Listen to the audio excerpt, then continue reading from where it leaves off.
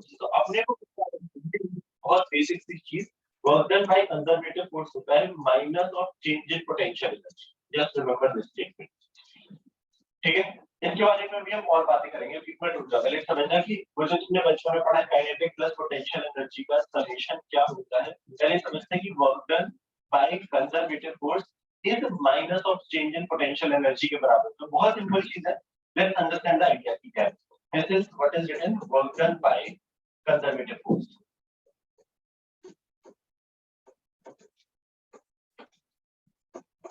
और ये क्या लिखा है, चेंज। जब भी हम किसी चीज पे डेल्टा लगाते हैं, this is nothing but change in that. तो ये हमने डेल्टा किसमें लगाया है, यू में, तो it is change in potential energy. अभी इस पे डिस्कशन करते हैं ये है क्या। अच्छा, डेल्टा का मतलब हमेशा क्या होता है, उसकी final value minus initial value, ठीक है। याद रखनी चाहिए। अब अगर मुझे फॉर्मूला बनाना है, बट एक्चुअली हम याद यही रखते हैं, but because of that minus, उस माइनस का भी ये डेरिवेशन भी बता रहा हूँ कि कहाँ से आता है माइनस। तो यहाँ पर हम लिखेंगे UF minus UI is equal to UI minus, उस माइनस को मल्टीप्लाई करा जाएगा तो ये आ जाएगा। ये बात समझ में आ रही है। अब हमारे लिए अच्छा धीरे धीरे करके हम हर फोर्सेस को कंजर्वेटिव या नॉन कंजर्वेटिव डिफाइन करेंगे ताकि हमें चीजें समझने में आसान हो। एज ऑफ नाउ दिमाग में केवल याद रखो, केवल ग्रेविटेशन, जो स्टिफनेस और स्प्रिंग, बस। इसके अलावा और कोई तुमने कंजर्वेटिव अभी तक पढ़े ही नहीं। हाँ, वो बाद में आएगा सब कहानी। अभी तक ये याद रखो कि हम पोटेंशियल एनर्जी अगर कहीं पर भी पढ़ रहे हैं, बाय डिफॉल्ट तुरंत दिमाग में याद रखो कि कंजर्वेटिव।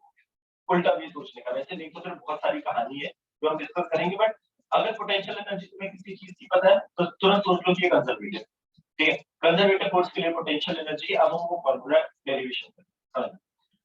तो हमने क्या बोला, दो टाइप के फोर्सेस जो हमने पढ़े, one is gravitation and one is spring. तो पहले ग्रेविटेशन की बात करते हैं। हमने किसी भी फोर्स का वर्क डन तो देखा ही है। ग्रेविटेशन एक स्पेसिफिक फोर्स है जिसके लिए मुझे रेफरेंस पॉइंट डिफाइन करना होता है, समझना।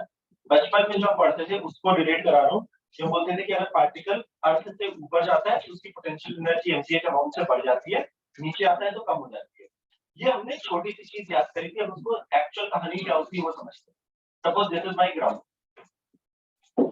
मैं ऊपर जा रहा हूँ एक बार और एक बार नीचे आ रहा हूँ, ठीक है। अगर मैं तुमसे केवल एक बेसिक सा सवाल करूं, suppose this particle is going h height ऊपर, इस केस में वर्क डन बाय mg क्या होगा। अभी पोटेंशियल एनर्जी भूल जाओ। अगर सोचो हमने पुरानी क्लास में पढ़ा है, मैं एक पार्टिकल को अगर नीचे से ऊपर लेकर जा रहा हूँ माइनस माइनस 180 वाली कहानी, क्या उसको बार बार cos 180 लिखूं या नॉन कंफर्टेबल। हम क्या करते थे, f डॉट है, अगर फोर्स कांस्टेंट होता था फिर हम बोलते थे magnitude of displacement into cos theta. तो इस पर कंटीन्यूअसली mg नीचे लग गए, पार्टिकल ऊपर जा रहे है ना, तो cos 180 का टर्म आता था, इसलिए वो माइनस आता था। अगर मैं माइनस डायरेक्टली लिखूं चलेगा क्या, बट ये एक्चुअली क्या लिखा है, mg लिखा है, h लिखा है इनटू cos 180 लिखा है। आई होप सब लोग कंफर्टेबल है। और फिर हमने इसकी मल्टीपल चीजों की बात करी थी, अगर ऐसे ऐसे कैसे भी ले जाएंगे तो वो यही आएगा। क्यों, क्योंकि वो कांस्टेंट फोर्स है, इनिशियल और फाइनल पॉइंट के डिस्प्लेसमेंट पे डिपेंड करता है। सही कहानी, अब समझना। जब भी हम ग्रेविटेशनल फोर्स के लिए ये फॉर्मूला लगाने की कोशिश कर रहे हैं, तब हम क्या करेंगे इवेंचुअली कि हम एक रेफरेंस पॉइंट डिफाइन करेंगे। मैंने एक रेफरेंस पॉइंट जो तुम बचपन में पढ़ते थे, या अर्थ को हम जीरो पोटेंशियल एनर्जी मानते हैं। Reference point now is you can take any point as your reference point.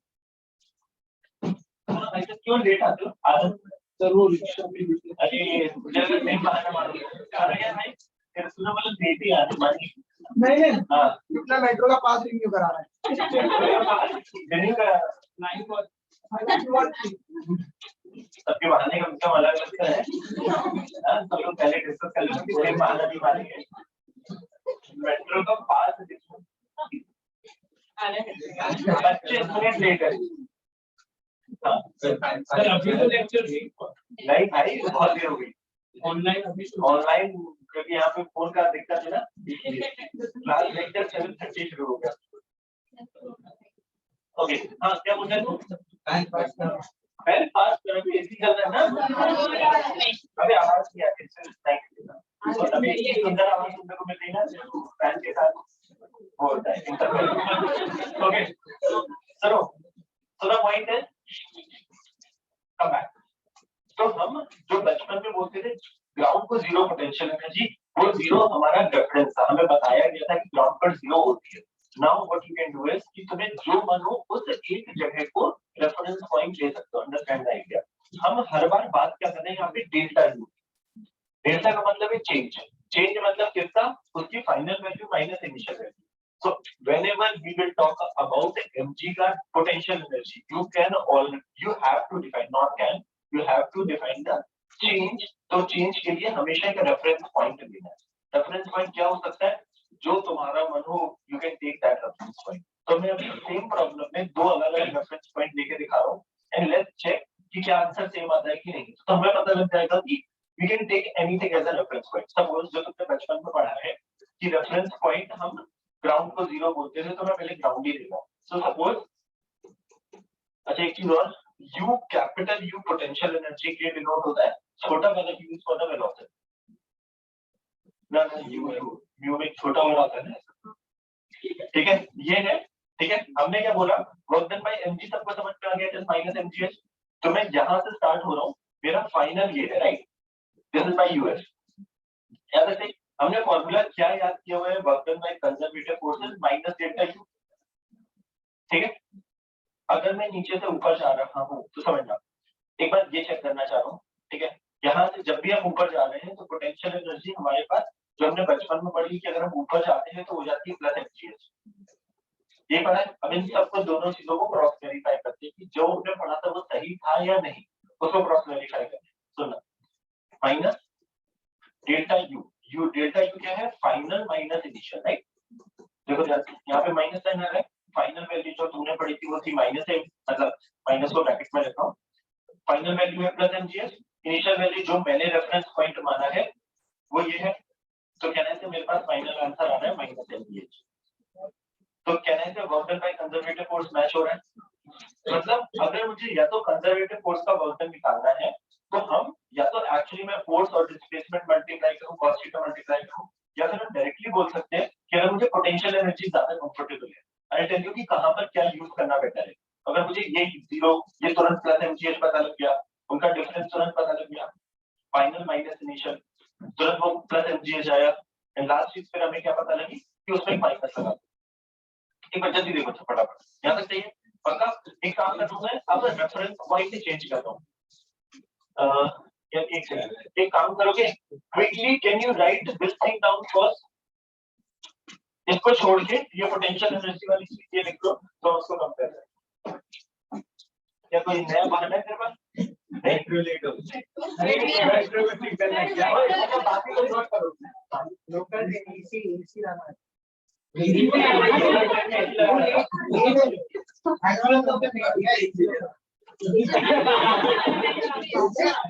बहाना सेम है, मॉडिफाई करके बोल दिया।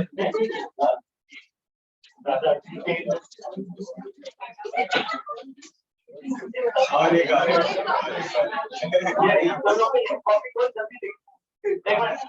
इसको छोड़ के पहले ये लिखो, उसके अभी मैं वापस एक बार कंपेयर कर लूँ, बता दो। सॉरी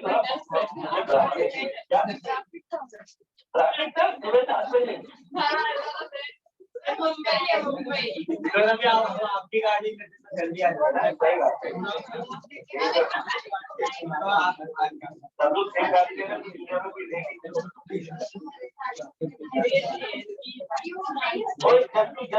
छोटी सी बात है, छोटी सी, हाँ मिलेगा।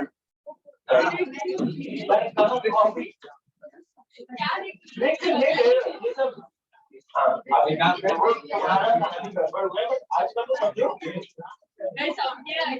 समझेगा बिल्कुल भाई, पूरा अलग अलग चीज है बहुत सारी। ये क्या क्या हो गया इससे, किसका व्यू बेटर है?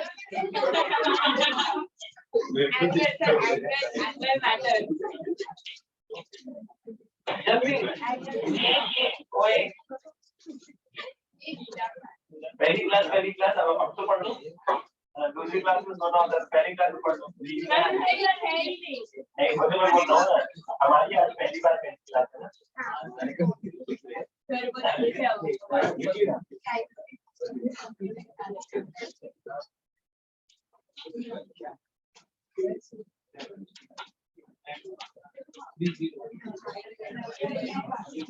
केवल ये लिखो नहीं, ये पहले लिखना चाहिए को कंपेयर कर रहा हूँ, उसके बाद केवल ये लिखो। और एक भी वर्ड के राइट एक स्टेटमेंट के फॉर्म में भी याद रह जाता है, potential energy is defined work done is defined जल्दी लिखो, लिखिएगा। हो गया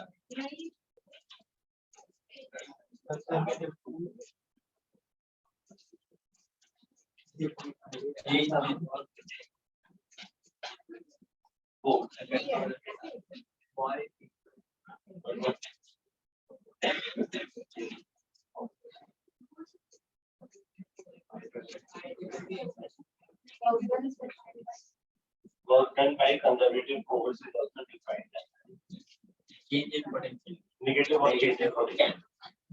ऐसे भी याद रखिएगा, कई बार लोग भूल जाते हैं, स्टेटमेंट बिल्कुल मेमोराइज कर लो, अपने आप आ जाता है एज नेगेटिव और change in potential energy. Remember this statement as it is, तो याद रह जाएगी। पॉइंट है, I want to compare two things कि अगर मैं u इसको 0 नहीं लेता, अगर किसी और चीज को 0 लेता तो क्या चेंज, क्या फर्क पड़ता, एक बार वो चेक करते हैं जल्दी से।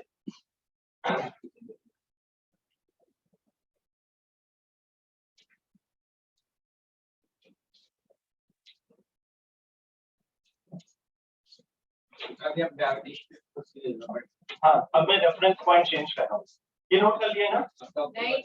जल्दी करेगा, यहाँ पर मूव का ऑप्शन उधर ही है, उधर ही है। हम लोग और 90 आ गए।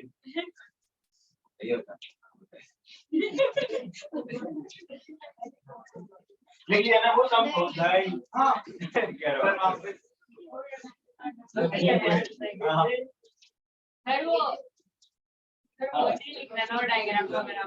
मैं एक मिनट बता रहा हूँ, केवल उतना वो राइट वाली कहानी लिखना था, इस पे इसको एक मिनट बात करें, मैं समझ रहा हूँ।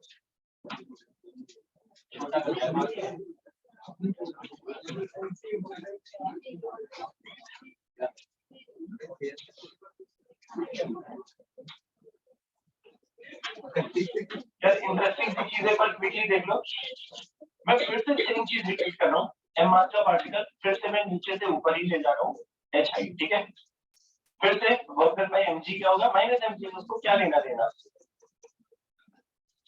मैं बस ये चेक करना चाह रहा हूँ, अगर जस्ट इन केस जो हमें बताया गया है, अगर मैं रेफरेंस पॉइंट अपना चेंज कर देता, ये u0 है, ठीक है। तो अगर समझना आप ध्यान से कि क्या है, अगर नीचे है, हमने जो तुमने पढ़ा है उसके हिसाब से क्या कि अगर ऊपर जाते हो तो प्लस mgh पढ़ते थे, नीचे आते हो तो माइनस पढ़ते थे, तो तुम्हारे हिसाब से इनिशियल मैंने 0 मान लिया है, सॉरी उल्टा, मेरे लिए ये इनिशियल हो गया, मैंने रेफरेंस पॉइंट अपना ये लिया है, राइट। तो हमारे लिए ये क्या हो जाएगा, माइनस mgh, पक्का। एक बटा माइनस और x को, हाँ, हमने क्या बोला, हमारा रेफरेंस पॉइंट ये है, हम पार्टिकल को अभी भी यहीं से यहीं ले जाते हैं, तो मेरा इनिशियल पॉइंट ये है, फाइनल पॉइंट ये है।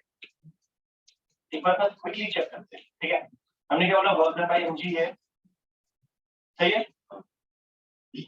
डेल्टा यू मेरे पास क्या होता है, फाइनल माइनस इनिशियल। जो मैंने रेफरेंस पॉइंट लिया है उसके रिस्पेक्ट में फाइनल ये है और इनिशियल है मेरा ये। यहाँ तक कहानी समझ में आ रही है, पक्का। तो देखो ध्यान से, फिर से वही वाली कहानी कि अगर मैंने डेल्टा यू, हमारा पार्टिकल कहाँ से कहाँ जा रहे हैं, नीचे से ऊपर, बट मैंने अगर अपना रेफरेंस पॉइंट ये लिया है ना, और मेरा फाइनल पॉइंट ये है, उल्टा। अगर मैंने अपना रेफरेंस पॉइंट ये लिया है, तो इसके अगर मैं ऊपर जाता हूँ तो हमारी पोटेंशियल एनर्जी पॉजिटिव है, अगर नीचे आ रहा हूँ तो पोटेंशियल एनर्जी नेगेटिव है।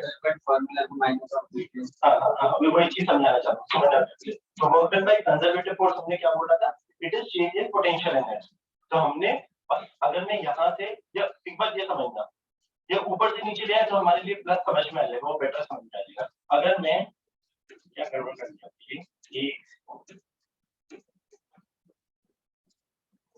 अभी तो वर्क mg की बात करते हैं, अभी हम लेकर आ रहे हैं ऊपर से नीचे, तो अगर मैं अपना बोलूं यहाँ से यहाँ लेकर आ रहा हूँ तो वर्क डन बाय mg क्या होगा प्लस mgh। कि अगर मैं ऊपर से नीचे लेकर आ रहा हूँ, केवल अगर मैं वर्क डन बाय mg पूछता तो mg लग रहा है नीचे की तरफ, if I am taking the particle from ऊपर टू नीचे होगी तो हमारा वर्क डन बाय mg क्या होता प्लस mgh। सपोज मैंने रेफरेंस पॉइंट लिया होता ये, तो मेरे लिए फाइनल पोटेंशियल एनर्जी क्या है माइनस mgh, उसके रिस्पेक्ट में वर्क डन बाय mg याद है, हमने बोला इसको क्रॉस चेक करना है कि डेल्टा यू हमारा क्या है uf माइनस ui, फाइनल जगह पर मेरी पोटेंशियल एनर्जी क्या है माइनस mgh, तो दिस इज माइनस mgh और इनिशियल पोटेंशियल एनर्जी मेरे लिए क्या है 0, तो यहाँ पर मेरा डेल्टा यू क्या आया ये, और work done by conservative force क्या होता है माइनस ऑफ डेल्टा यू, तो कहना है ये माइनस और ये माइनस मिलाकर प्लस mgh हो जाएगा। पक्का? देखो ध्यान से दोनों मैच हो रहे हैं। सो पॉइंट क्या है कहने का कि whenever there are conservative forces के वर्क डन, जब भी हमें अगर निकालने होंगे तो एक तरीका ये जो हमने पहले पढ़ा हुआ है, दूसरा तरीका सिंपलेक्स वे है कि अगर मुझे पोटेंशियल एनर्जी याद है किसी भी एक जगह को रेफरेंस पॉइंट मानेंगे, अगर हम उसके ऊपर है कहीं पर तो प्लस mgh, उसके नीचे है तो minus mgh, as simple as that. ये बात समझ आ रही है? पक्का? यही काम हम करेंगे स्प्रिंग फोर्स के लिए। मेरे को पाल सेट करने में टाइम लग गया क्या बोल? अरे 12 मिनट एक टच इसमें पहले किसी इंसान ने टच बोला है, बाकी सब में तो बाहर है। ट्रेन मेट्रो है ना, ये सब तो बाहर है।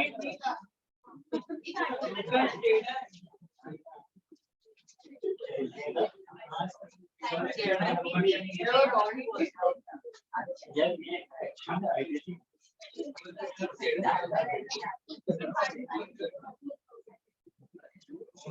ओके, एक क्विकली एक और छोटी सी चीज देखते हैं, उसके बाद एक केस बताता हूं इंटरेस्टिंग प्रॉब्लम है। हमने क्या बोला स्प्रिंग फोर्स, सुना ध्यान से।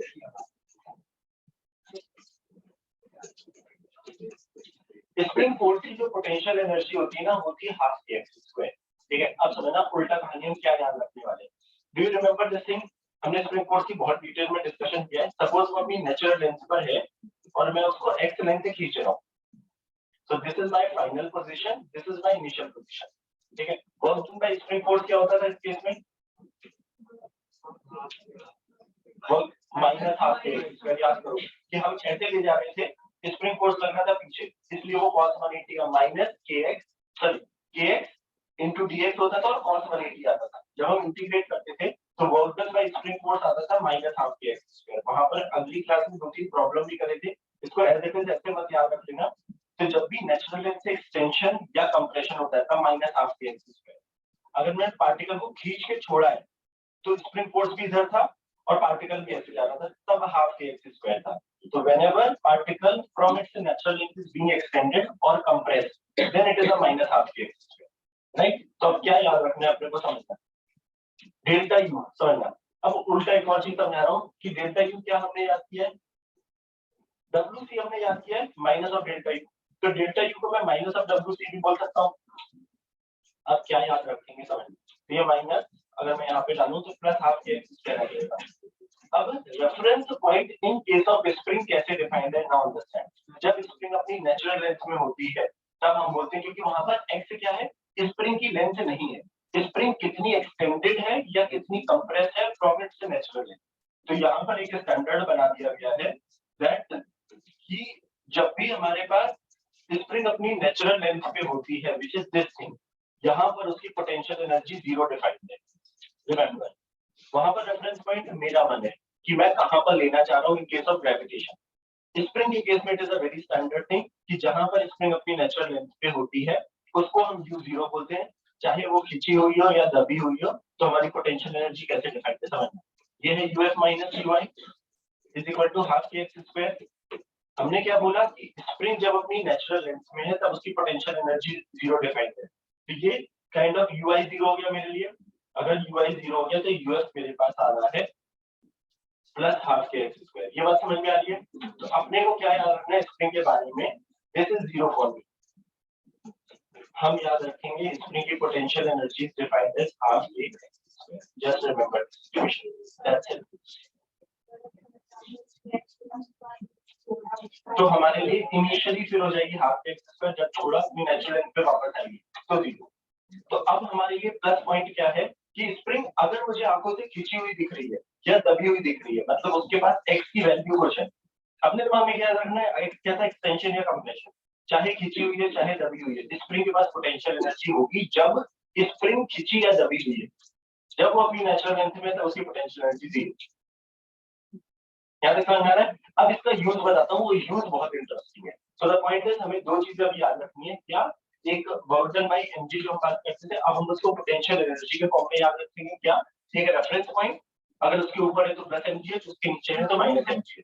स्प्रिंग अगर हमारे पास खिंची हुई है या दबी हुई है तो प्लस हाफ की एक्सिस पे है। याद रखनी चाहिए बिल्कुल पक्का। Okay, so write down this thing first से। तो हमने क्या बोला था, ये हमने पहले पढ़ा हुआ था कि work done bye spring force होता है माइनस हाफ के एक्सिस पे। तो हमने क्या बोला, डब्ल्यू सी हमने डिफाइन करा है माइनस डेल्टा यू। अगर मैं दोनों तरफ माइनस से मल्टीप्लाई कर दूं तो delta u can also be defined as minus of W C. ये माइनस और ये माइनस मिला के प्लस हो गया, तो ये प्लस आ गया। हाँ, सही है। अभी बता रहा हूँ इसकी यूज बहुत आसान है ना, बिल्कुल ही पुरानी चीज से बिल्कुल ही इंडिपेंडेंट है कहानी। बट दो चीजें क्या है, प्लस एमजीएस माइनस एमजीएस समझ में आ गया, एंड स्प्रिंग का पोटेंशियल एनर्जी है। हमने अभी कोई तीसरा कोर्स पढ़ा ही नहीं है, इसलिए मैं ये दोनों बहुत इंपॉर्टेंट चीज होती है, जल्दी से नोट कर दो।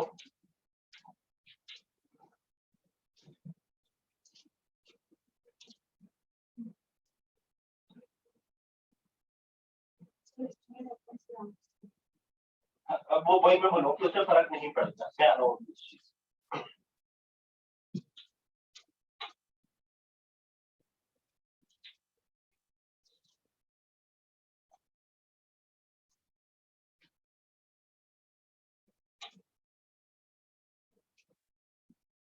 अब क्लास बड़ी बड़ी लगी है,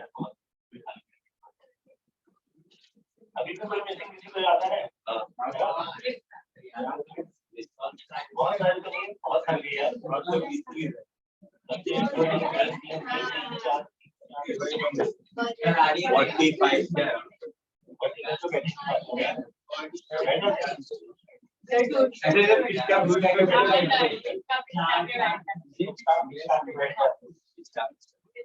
आधे लोगों को वैसे भी 5 सेंटीमीटर का स्पेस लगता है। तो जिसके लिए तो बोलना चाह रहे हैं नाम लेके पूछे ना, नाम नहीं ले सकता, जब वो ज्यादा जगह किसी को पॉइंट आउट करना है अच्छे से कर देना। उसके बता, लेकिन अभी होता है साथ में दिमाग में लिख दिया ना, कॉपी में जरा तुझे तो वादा करा था कि तू आगे बढ़ेगा। स्प्रिंग फोर्स तो देख बहुत आता है। स्प्रिंग अपनी नेचुरल है से या तो खींच सकती है या कंप्रेस हो सकती है। अगर वो खींचेगी, ठीक है, तो एक्स क्या था, एक्सटेंशन, नॉट नेचुरल से कोई रिश्ता नहीं था उसका। एक्स अगर वो खींची हुई है तो उसमें फोर्स लगता था kx, है ना, और हम उसको इंटीग्रेट करते थे तो work done bye spring force आता था माइनस हाफ के एक्स स्क्वायर। याद है? तो हमने क्या बोला, डेल्टा यू को हम minus of work done by conservative force बोलते हैं, तो वो प्लस आ जाएगा, माइनस माइनस मिला के यहाँ तक। तो हमने क्या बोला, क्योंकि वहां पे एक्स एक्सटेंशन था, तो हम यहाँ पे याद क्या करते हैं कि स्प्रिंग फोर्स के पास कितनी एनर्जी स्टोर्ड होती है in form of potential energy half के एक्स स्क्वायर। एक्स क्या है, एक्सटेंशन। तो जब भी मुझे स्प्रिंग खींची हुई दिखेगी या कंप्रेस दिखेगी, सीधे सीधे हम इसमें डालेंगे, हमें पोटेंशियल एनर्जी मिल जाएगी। अब पार्टिकल काम है, पार्टिकल अगर हमारा यहाँ से यहाँ जा रहा है या फिर उल्टा या यहाँ से यहाँ जा रहा है, अगर वो यहाँ से यहाँ जा रहा है तो इनिशियल पोटेंशियल एनर्जी जीरो होगी, फाइनल हाफ के एक्स स्क्वायर। प्रॉब्लम क्या है, अगर मैं यहाँ से यहाँ जा रहा हूँ तो पहले मेरी हाफ के एक्स स्क्वायर होगी और फाइनली जीरो। अच्छा, ये तो डिपेंड करेगा, हो सकता है मैं यहाँ से स्टार्ट हो रहा हूँ और फिर बीच में क्रॉस हो रहा हूँ, बट मैं फाइनली यहाँ जा रहा हूँ, तो इनिशियली भी प्लस होगी कुछ और फाइनली भी प्लस होगी कुछ। मैं अभी आ रहा हूँ एमजीएच वाला। बहुत सिंपल सी कहानी। क्या, अगर पार्टिकल हमारे पास ग्राउंड से ऊपर जा रहा होगा या ऊपर से नीचे आ रहा होगा, यही दो केस हो सकते हैं, है ना। कुछ भी सिचुएशन होगी, मेरा मन में रेफरेंस पॉइंट इसको लेना चाहता हूँ। नॉर्मली आई टेल यू कि lowest point in the problem is taken to be the reference point, क्योंकि हमें चीजें तो हमेशा पॉजिटिव आएगा। सपोज मैं यहाँ से यहाँ गिर रहा हूँ, ठीक है, तो मैं इसको ले सकते हो, but take one of the point जहां से पार्टिकल, जहां पर हम एनर्जी कंजर्व करना चाह रहे हैं, तो एक जगह पे अगर वही रेफरेंस ले लोगे ना तो उस जगह पे यू जीरो हो जाता है, and we like zero. rather than doing plus minus, अगर मुझे कहीं पर जीरो लिखना है, जैसे हमने बहुत सारे प्रॉब्लम करे थे काइनेटिक एनर्जी में, आया था जीरो माइनस जीरो, तो हम ऐसे दो पॉइंट लिखते थे जहां पे पार्टिकल रुका हो। I am coming to that. हाँ, जूम करूं विच पार्ट, ये वाला, यार थोड़ा सा जल्दी करेंगे, एक बार थोड़ा सा जल्दी करो यार प्लीज। हाँ, यहाँ पे ब्लॉक नीचे आ रहा है इसीलिए ये, अच्छा I am writing always I, sorry I हमेशा इनिशियल पॉइंट को लिखना हूँ और एफ फाइनल को लिखना हूँ। जैसे ही वहां से आया तो अभी हम क्या बोलते हैं कि अभी which is the next part, हमने एक टोटल एनर्जी इक्वेशन लिखी थी, work done by all is equal to delta K. अब हम क्या बोल रहे हैं कि conservation of mechanical energy, which is the next part. 5 minute को एक चीज और बताता हूँ, उसे समझने के लिए क्यों हमें डेल्टा यू का फायदा क्या है। क्लियर नोट, जल्दी जल्दी जल्दी। हाँ यार छोटा दिखाई नहीं दे रहा है। सही है, अभी दिख रहा है।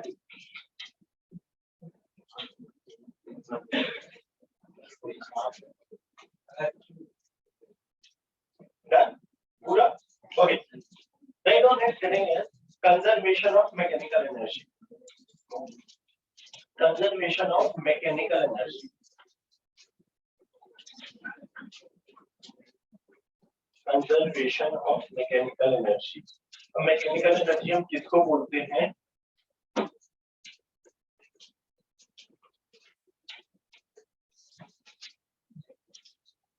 हम kinetic energy plus potential energy in summation को मैकेनिकल एनर्जी बोलते हैं। तो conservation of mechanical energy, mechanical energy I think सबको पता ही होगा कि काइनेटिक और पोटेंशियल के समेशन को बोलते हैं, बट एक स्टेटमेंट लिखते हैं फट से।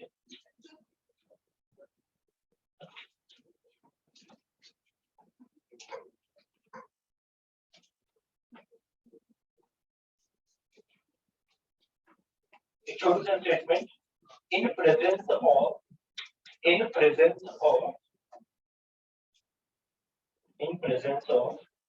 only the conservative forces, in presence of only the conservative forces, the total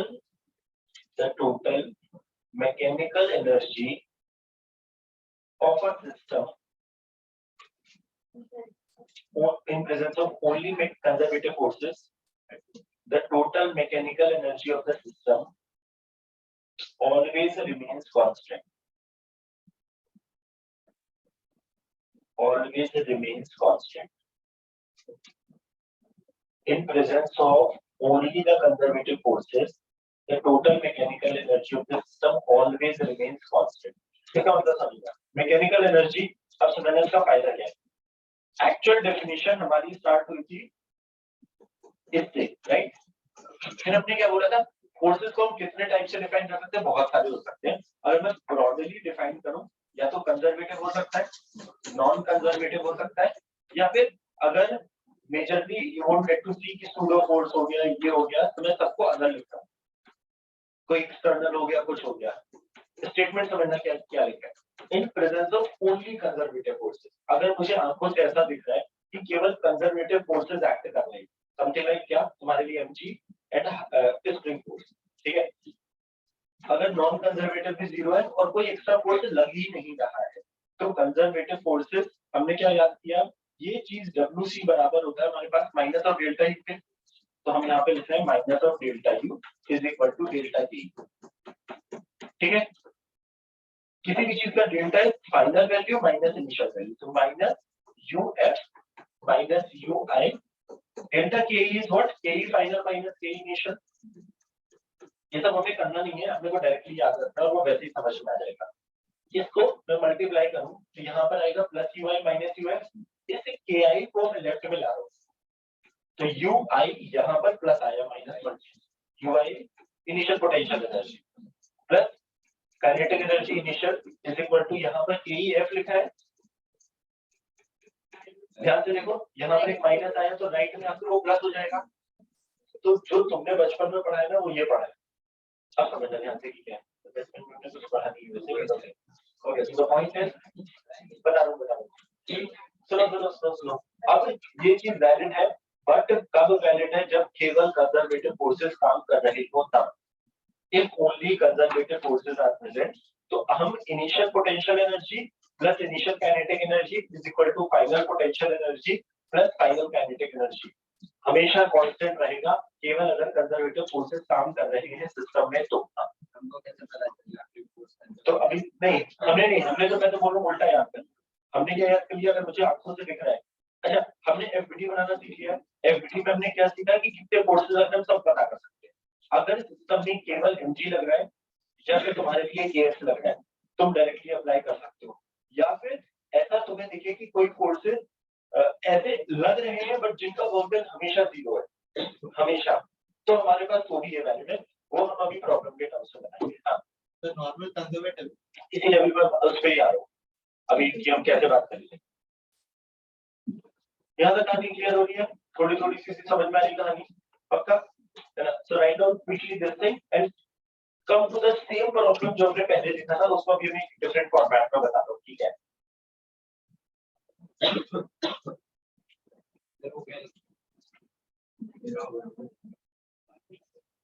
बाकी लोग का भी ध्यान रखो में।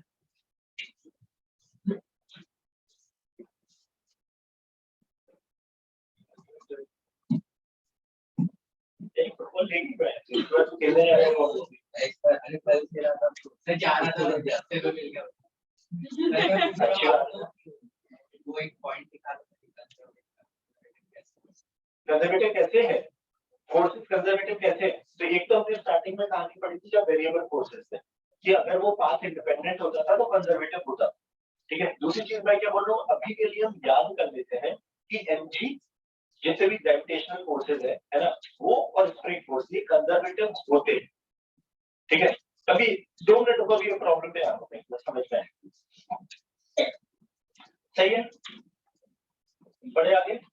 एक सेकंड।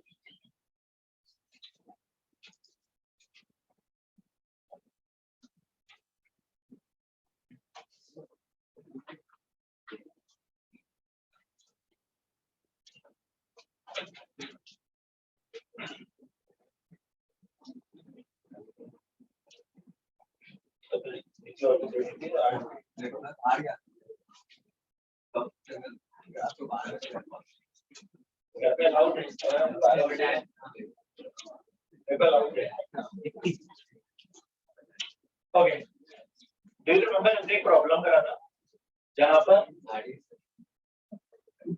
स्प्रिंग एक ब्लॉक था, हमने H is equal to 4 mgh by k से ड्रॉ किया था, ठीक है? और हमसे पूछा गया था ये कितना मैक्सिमम कंप्रेशन होगा जहां पर k दिया था। पहले हमने work done by all forces equal to change in kinetic energy पढ़ा था। अब मैं बोल रहा हूँ लेट्स डू वन थिंग कि अच्छा जब थ्रू आउट द मोशन जब ये मूव कर रहा है, how many forces are acting? mg and spring, right? जब ये टकराएगा तब स्प्रिंग फोर्स लगना एक्ट करेगा और mg तो कंटीन्यूअसली लगेगा। क्या ये दोनों कंजर्वेटिव है? हमने अभी याद कर लिया है कि mg और स्प्रिंग दोनों कंजर्वेटिव है, अंडरस्टैंड द आइडिया। तो हमने क्या बोला, अगर only in the presence of conservative forces हमारा ui plus ki is equal to uf plus kf, ये समझ में आ रहा है? Sometimes people are more comfortable with this equation, तो समझना ध्यान से कि क्या है ui plus ki is equal to uf plus kf। फिर लेकिन आपने सर ने एक चीज अभी भी बताई कि हमें जब भी mg के लिए पोटेंशियल एनर्जी लिखनी है तो मुझे रेफरेंस पॉइंट डिफाइन करना है, kx वाले के लिए स्प्रिंग के लिए नहीं डिफाइन करना है, क्योंकि मुझे पता है कि अगर स्प्रिंग कहीं पर दबी हुई है या खिंची हुई है तो मुझे हाफ kx स्क्वायर लिखना है। Let's try it out. सुनना, रेफरेंस पॉइंट कौन सा ले, जो तुम्हारा मन है you can take that thing as a reference point. Normally again comfortable लोग होते हैं, अच्छा कंफर्टेबल का भी सिचुएशन नहीं है, हमेशा सोच लो कि एक पॉइंट वो लेने की कोशिश करो जहां से पार्टिकल स्टार्ट हो रहा है या खत्म हो रहा है, ठीक है? कहने से कभी ना कभी तो ये ब्लॉक था स्प्रिंग अपनी मैक्सिमम कंप्रेशन में पहुंचेगी, उसको मैं बोल रहा हूँ एक्स मैक्स जो हमें निकालना है, ठीक है? अच्छा क्या मन हो रहा है तुम्हारा लिखने का? नॉट मैटर, उससे कोई फर्क नहीं पड़ेगा, बताओ क्या लिखे? या मैं एक काम करता हूँ, 2 डिफरेंट केसेस लेके बता देता हूँ, ठीक है? एक बार मैं रेफरेंस पॉइंट लेता हूँ, चलो बीच वाला ले लेते हैं, कोई लीव दैट, ठीक है? मैंने बोला मेरा रेफरेंस पॉइंट है ये, जब हम u जीरो लिखते हैं उसका मतलब कि अगर मैं उसके ऊपर हूँ कभी भी तो मैं प्लस एमजीएच लिखूंगा, उसके नीचे हूँ तो माइनस एमजीएच। ठीक है, एनर्जी कहाँ कंजर्व करना है, जहां तुम्हारा मन है वहां पे कंजर्व कर दो। ठीक है, बट हमें यहाँ पे एक्स मैक्स निकालना है, so you will have to take obviously one of the point to be this. Actually में क्या होगा, यहाँ से जब ये यहाँ मूव करेगा तब इसके पास वेलोसिटी आएगी, है ना, क्योंकि वो एमजी के चक्कर में गिर रहा है। जैसे ही वो यहाँ पर टच हुआ, जैसे ही इसने स्प्रिंग को दबाना स्टार्ट करा, क्या इसकी वेलोसिटी कम होगी क्योंकि स्प्रिंग फोर्स ऊपर लग रहा है और कहीं ना कहीं रुकेगा। तो एक्चुअली में ये हो रहा है, ये समझ आ रहा है? शब अब समझ ध्यान से, अगर मैंने u0 लिया तो I'm conserving my energy, this is my initial and this is my final। ठीक है, और इसके रिस्पेक्ट में मैं अगर ऊपर हूँ तो मेरी पोटेंशियल एनर्जी कितनी होगी, पॉजिटिव। कितनी, plus mgh plus m into g into h का काम करना है मेरे लिए 4mg/k। यहाँ तक सही? जहां से मैंने अपना मोशन स्टार्ट करा, कहना है पार्टिकल रिलीज हुआ तो काइनेटिक एनर्जी कितनी होगी, जीरो, क्योंकि हमने उसको ड्रॉप किया है, इज इक्वल टू यूएफ। जब हमने रेफरेंस एरिया, जब मैं यहाँ पर गया तो मैं रेफरेंस पॉइंट के नीचे हूँ, नीचे हूँ तो कितना नीचे हूँ, एक्स मैक्स नीचे हूँ, मतलब potential energy will be negative और positive, negative how much, minus m into G into H. H का काम करना है यहाँ पे एक्स मैक्स, जो हमको निकालना है। यहाँ तक सही, पक्का? अच्छा, जब मैं यहाँ पर था तब स्प्रिंग अपनी नेचुरल लेंथ में थी तो स्प्रिंग का कोई फैक्टर नहीं आया। जब मैं फाइनल जगह पे पहुंचा, कहना है स्प्रिंग दब चुकी है, तो स्प्रिंग के पास भी एक और पोटेंशियल एनर्जी होगी, वो कितनी होगी, प्लस ऑलवेज हाफ के एक्सिस मैक्स स्क्वायर। जब वो अपनी मैक्सिमम पोजीशन पे है तब काइनेटिक एनर्जी कितनी है, क्या काम समझ में आ रहा है? सेम इक्वेशन हमने वहां पे लिखी थी, कहने से इसको मैं इधर पे लेकर जाऊंगा, ये जो भी एक्स मैक्स में क्वाड्रेटिक इक्वेशन बनेगी, मेरा आंसर आ जाएगा। ये समझ में आ रहा है? पक्का? तो ध्यान से देखो, ये टर्म आ रहा है, इसको इधर पे लेकर जाओ तो ये पॉजिटिव आ रहा है, आपके एक्स मैक्स के स्क्वायर। यहाँ तक कहां से? Let's take another reference point on another single same problem. एक बार लास्ट बार चेक करा रहा हूँ कि उससे कोई फर्क नहीं पड़ता है। तो सपोज ये मेरे पास था 4mg/k, ये स्प्रिंग थी, ये स्प्रिंग ऑब्वियसली हमारे पास फाइनली, अब मैं ले रहा हूं और इसको मैं एक्स मैक्स बोला था, राइट? मुझे जब एनर्जी कंजर्वेशन करना है तो एक reference point, can I take any point to be reference? अब मैं लोएस्ट पॉइंट रेफरेंस पॉइंट दे रहा हूं, ठीक है? पक्का? बस केवल एक बार समझ लो कि इससे क्या फर्क पड़ रहा है या नहीं, कहां पर फर्क पड़ रहा है। ओके, मेरा lowest point, again I am doing my energy conservation यहां, एंड ये मेरा फाइनल है पोजीशन। तो फिर से मैं क्या कर रहा हूं, ui plus ei is equal to uf plus ki। Okay, जो मैंने रेफरेंस पॉइंट लिया उसके रिस्पेक्ट में जब मैं यहाँ पर हूँ तो मेरी पोटेंशियल एनर्जी पॉजिटिव या नेगेटिव, कितनी पॉजिटिव, mg, h का काम कौन कर रहा है,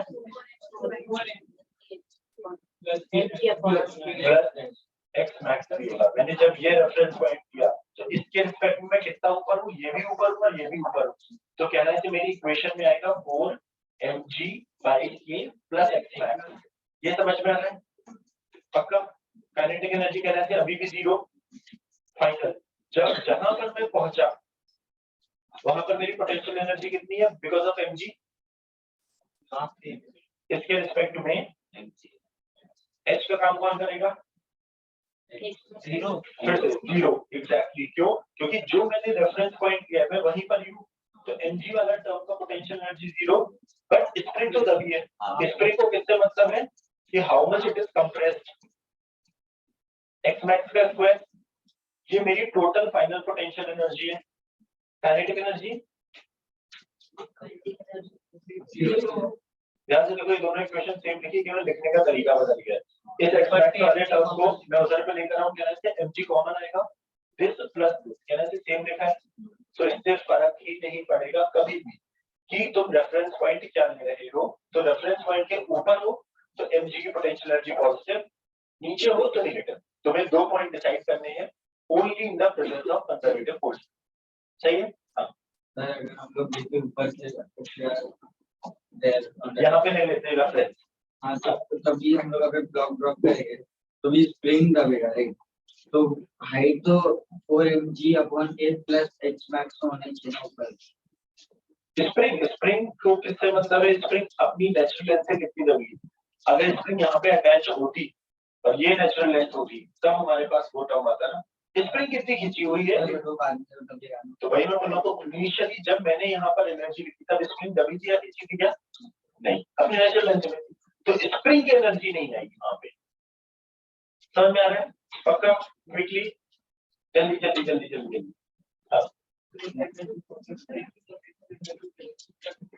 नो, अच्छा एनर्जी, एक मिनट, एनर्जी स्केलर क्वांटिटी या वेक्टर, तो एनर्जी तो वैसे ही डायरेक्शन पे डिपेंड नहीं करेगी कोई भी, है ना, कोई भी टाइप ऑफ एनर्जी हो, ये तो रेफरेंस के रिस्पेक्ट में प्लस या माइनस बोल रहे हैं, ये थोड़ा बोल रहे हैं कि उसकी डायरेक्शन है ना, just another way of saying.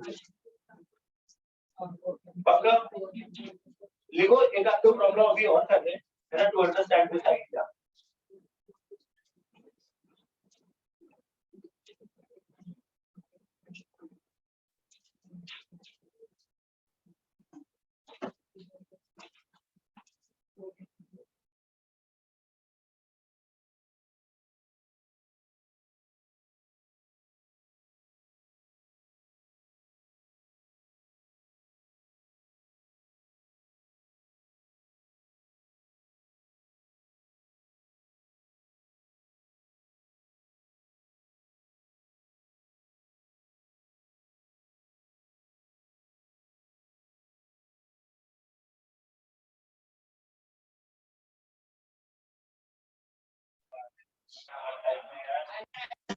नहीं सर, वो मैं देख रहा था ये स्क्वायर वाला, सच्ची में सर क्या पता है, आंखें बंद करके अगर लोग ये बोलेंगे कि आप मेडिटेशन कर रहे थे,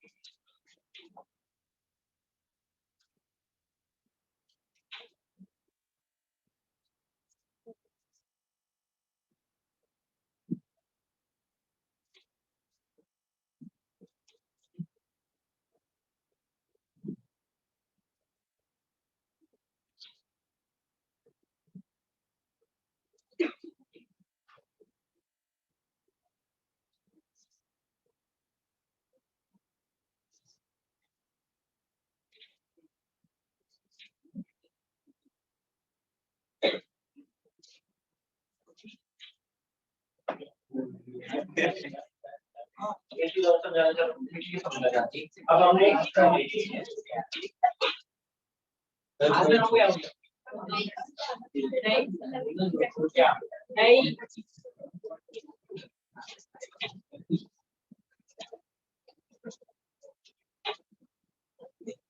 ओके,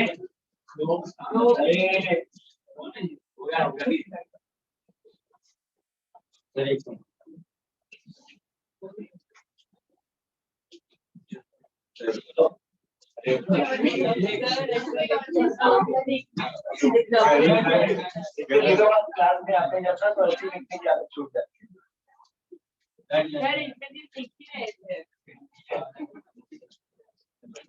करके लिखना। एक और प्रॉब्लम ले लो जो हमने शायद पहले करा हुआ है,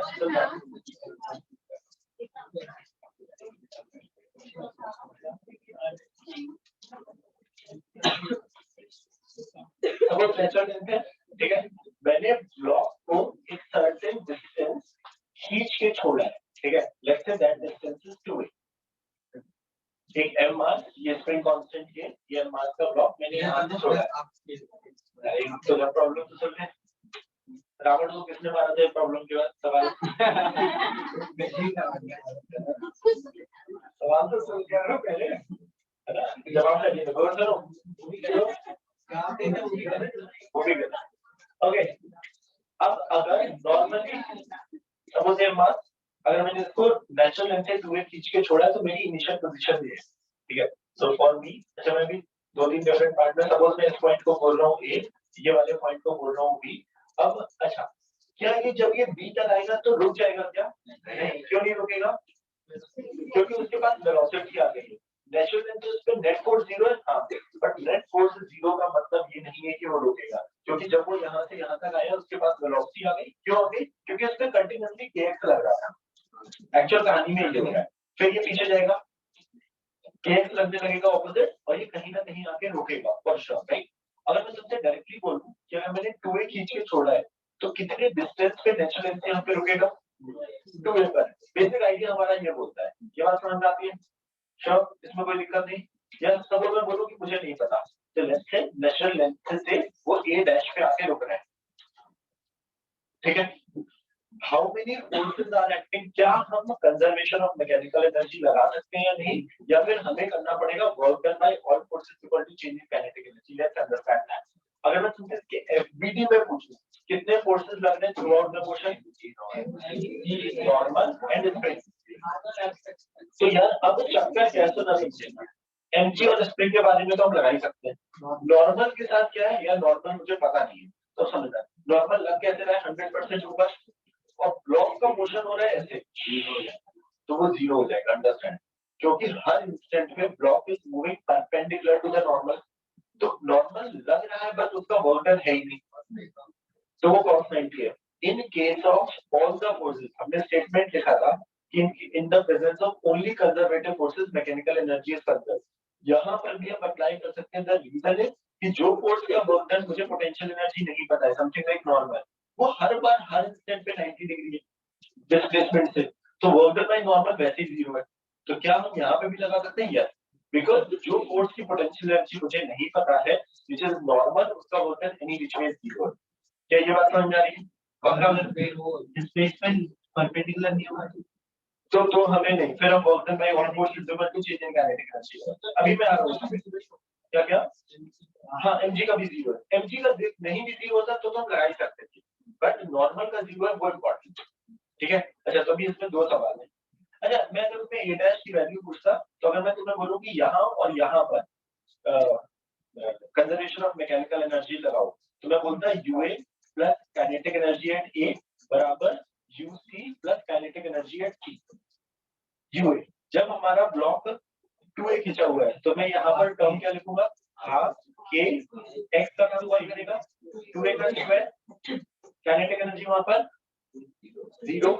जब हमें फाइनली गया, मुझे नहीं पता कि कितना है वो, तुमने अभी लॉजिक से बोल दिया था 2a, let's try it out. तो हमने बोला लेट्स से वो a डैश गया प्लस काइनेटिक एनर्जी भी वहां पर 0, क्योंकि मैक्सिमम कंप्रेशन, ध्यान से देखो वो अपने आप ही है, ये पूरा गया a dash square is equal to 2a square, दोनों तरफ अंडर रूट लेंगे तो ये हमारे पास आ गया। अभी यहाँ पर फ्रिक्शन नहीं है, फ्रिक्शन होगा तो हम बात करें। यहाँ तक नहीं समझ में आई? Can you only tell me, अच्छा अगर मुझे यही चीज को सुनना, क्या हम मैकेनिकल एनर्जी बी पर भी कंजर्व कर सकते थे? तो मैं इसी चीज को अगर मेरा मन होता तो मैं यूपी प्लस केबी भी लिख सकता था, राइट? मुझे बताओ, जब ये बी पोजीशन से पास हो रहा है, मतलब अपनी नेचुरल लेंथ से पास हो रहा है, तब इसका काइनेटिक एनर्जी का टर्म, पोटेंशियल एनर्जी का टर्म कितना है? अब समझना, जब अपनी नेचुरल, तो अब ये वाला टर्म 0 हो गया, बट एनर्जी तो इसके पास है, तो एनर्जी कहाँ गई? सारी की सारी एनर्जी गई काइनेटिक एनर्जी गई। जब वो अपनी मीन पोजीशन से पास हो रहा है ब्लॉक, तब कहना है तो उसकी सारी की सारी एनर्जी चली गई है काइनेटिक एनर्जी में। मतलब जो पोटेंशियल एनर्जी स्प्रिंग के पास थी, जब वो अपनी मीन पोजीशन से पास हुआ, तो all the potential energy is converted into kinetic energy. जैसे कि हम बचपन में ये पढ़ते थे ना, इस पेन को छोड़ रहे हैं, जब वो नीचे जा रहा है तो बोलते थे इसकी पास जितनी भी पोटेंशियल एनर्जी है mgh, ये सारी की सारी जब नीचे पहुंचता है तो वो हाफ mv स्क्वायर में कन्वर्ट हो जाती है। रिमेंबर दिस थिंग, हमने जब काइनेमेटिक्स में पढ़ा कि ये h हाइट है, तो हम एक इक्वेशन लगाते थे, equation v square is equal to u square plus 2as, है ना, और हम बोलते थे यहाँ पर हमारे पास वेलोसिटी आती थी अंडर रूट 2ch। मैं बोल रहा हूँ इसका एनर्जी इक्वेशन समझ, मैंने बोला ये रेफरेंस पॉइंट ले लेते हैं 0। जब मैं यहाँ पर हूँ तो इस रेफरेंस पॉइंट के रिस्पेक्ट में डायरेक्टली कैसे लिखते हैं जल्दी से, रेफरेंस पॉइंट के रिस्पेक्ट में मैं ऊपर हूँ, कितना ऊपर है, तो mgh काइनेटिक एनर्जी वहां पर 0 इज इक्वल टू, जब मैं फाइनली जहां पर पहुंचा वहां पर potential energy 0 plus half mv square. ध्यान से देखो वही आएगा जो पैरामेट्रिक्स में पढ़ा था, वो तो आना ही है एक्चुअली। तो वेलोसिटी आ रही है अंडर रूट 2ch, ये समझ में आ रहा है। But how we are applying kinetic energy plus potential energy, so we can say all the potential energy gets converted into kinetic energy। Same चीज यहाँ पर हो रही है, जब मैंने यहाँ पे खींच के छोड़ा तो इसके पास जितनी भी पोटेंशियल एनर्जी थी विच इज हाफ के एक्स स्क्वायर, सारी की सारी कन्वर्ट हो गई है काइनेटिक एनर्जी में जब वो अपनी मीन पोजीशन से पास हो रहा है। ये बात समझ में आ रही है पक्का? एक बहुत छोटी सी चीज पूछो, क्विकली टेल मी कि अगर मैं तुमसे बोलूं कि सपोज जब ये जा रहा है फाइनली वो a डैश की वैल्यू आएगी 2a, तो कभी ना कभी तो a पर भी होगा। जब वो अपनी a पोजीशन पर है तब उसकी वेलोसिटी v डैश क्या है, लिख सकते हैं क्या? नहीं, अरे मतलब वो v की वैल्यू बता दी। एक मिनट फ्रेश प्रॉब्लम में ले लो, एक मिनट बाद में इसको लिखना। एक सेकंड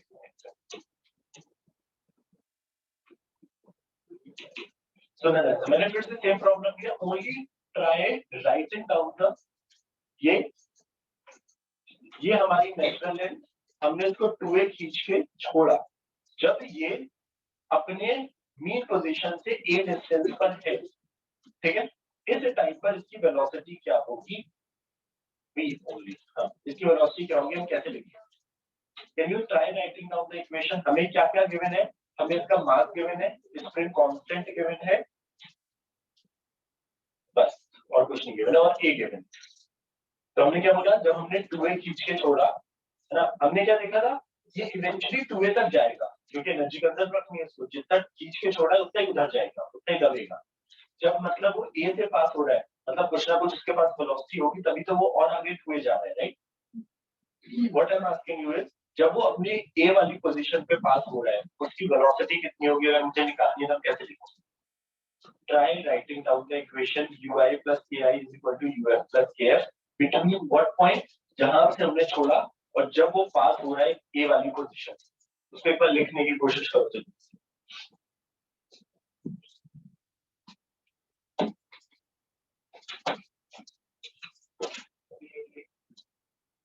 कुछ ना कुछ तेरे मिलते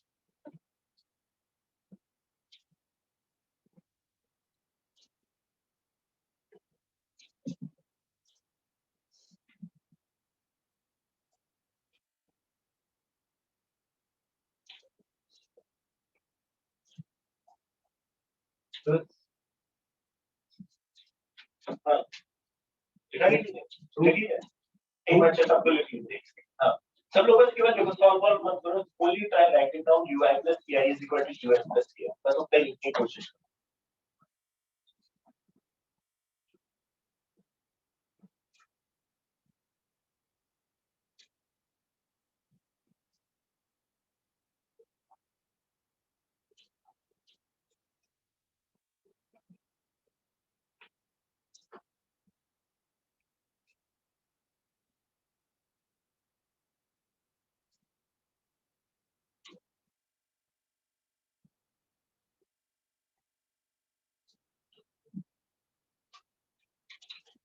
लिखा लिखा लिखा लिखा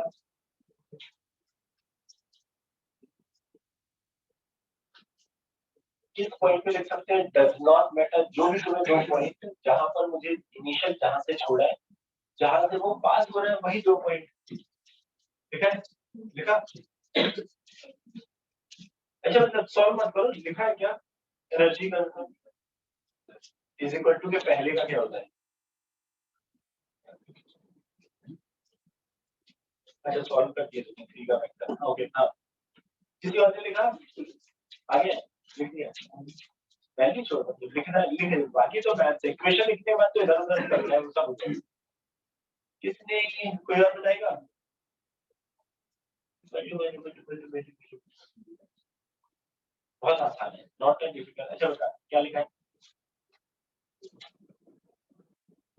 हाँ, अच्छा आधा अधूरा जो लिखा है, जितना लिख रहा है वो सही है, लिखना वो पूरा लिखना पड़ेगा। और कोई अपने यहाँ पे x क्या है और मुझे वेलोसिटी पूछी, तो वेलोसिटी का तो कहीं ना कहीं टर्म आना चाहिए। कितने नो नहीं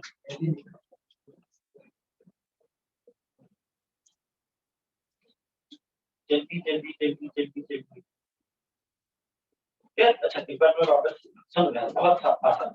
जहां से मेरा मोशन स्टार्ट हो रहा है उसको मैं अपनी इनिशियल बोल रहा हूँ, ठीक है। जहां पर मुझे वेलोसिटी पता करनी है उसको मैं फाइनल बोल रहा हूँ, क्योंकि मुझे दो पॉइंट के बीच में तो एनर्जी कंजर्व कर रहा है। जहां से मैंने स्टार्ट करा, अच्छा क्यों कर पा रहा हूँ मैकेनिकल एनर्जी कंजर्व? क्योंकि और कोई फोर्सेस भी नहीं लग रहे जिसका वर्क डन हो रहा हो। ui प्लस के आई बराबर uf प्लस के आई, ये सही है। ui जहां पे मैंने रिलीज करा, कहने से काइनेटिक एनर्जी वाला टर्म तो जीरो है, पोटेंशियल एनर्जी वाला टर्म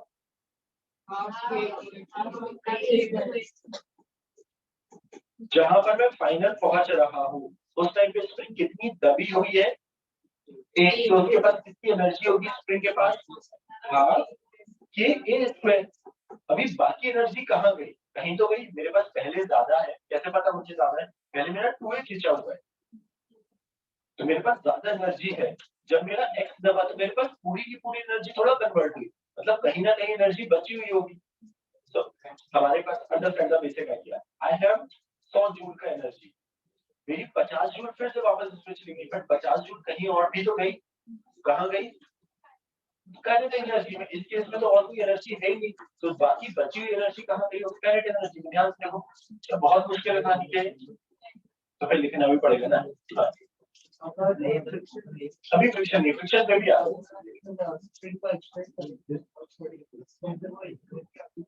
एग्जैक्टली सेम था, इसी को हम अभी ऑक्सीडेशन या एसएचएम भी बोलते हैं। ये पूरा डिफरेंट चैप्टर है, मतलब जहां पर हम यही डिस्कस करेंगे कि जब खींच के छोड़ते हैं फ्रिक्शन नहीं होता है, फिर ऑसिलेट कितना टाइम पीरियड से ऑसिलेट, और ये पूरा एक बड़ा चैप्टर है। अच्छा तुम्हें कैसे हमने टू खींच के छोड़ा, लॉक रखा था नेचुरल लेंथ पे, उसको हमने टू खींचा और छोड़ा। अच्छा नहीं, हम एनर्जी कंजर्व कहाँ पर कर रहे हैं समझ में गया है ना? एनर्जी कंजर्व स्प्रिंग की एनर्जी इस चीज पे डिपेंड करती है कि अपनी नेचुरल लेंथ से वो कितना खींचा हुआ है या कितना दबा हुआ है। जो एनर्जी का हमारी पोटेंशियल एनर्जी होती है वो रेफरेंस पॉइंट पर डिपेंड। सही है, बोलो बोलो बोलो, किसी को डाउट है? ए स्क्वायर कहाँ से आया? हाँ ये वाला टर्म ना, हमने इसको खींच के छोड़ा है, तो ये आइडियली हमने पिछले वाले प्रॉब्लम में देखो क्या देगा।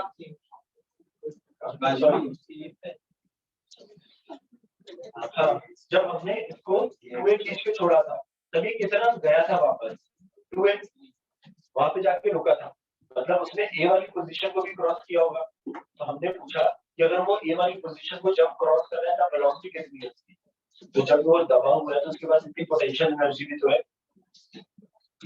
अरे क्या करते हैं ए स्क्वायर था, ए दिया ना वो कि ये अरे तो वही होगा x का स्क्वायर ना, a स्क्वायर हाफ अच्छा एक और चीज यहाँ पर जिसने भी बोला कि सर क्या इस इक्वेशन को ऐसे लिख सकते हैं, हाफ a 3a का square is equal to half mv square? नहीं, समझना स्प्रिंग को ये मतलब ही नहीं है भाई कि वो कितना एक जगह से कितना गया है, उसको अपनी नेचुरल लेंथ से कितना एक्सटेंशन या कितना कंप्रेशन है उससे मतलब है ना। हम यहाँ पे 3a स्क्वायर मत कर देना क्योंकि उनके बीच का डिफरेंस वो है। बोलो यहाँ तक आनी चाहिए, बट बता बता बता बता बता सही है, बढ़िया के क्विकली है ना। एक लास्ट पार्ट है which is relation, which is थोड़ा सा थियोरेटिकल पर ध्यान से सुनना है इसकी क्वेश्चन और क्वेश्चन करेंगे। पहले एक बार ये कंप्लीट कर लेता, इसके पहले वाला वो वाला नहीं लिखा है, लिखना अरे तो लिखो ना जल्दी।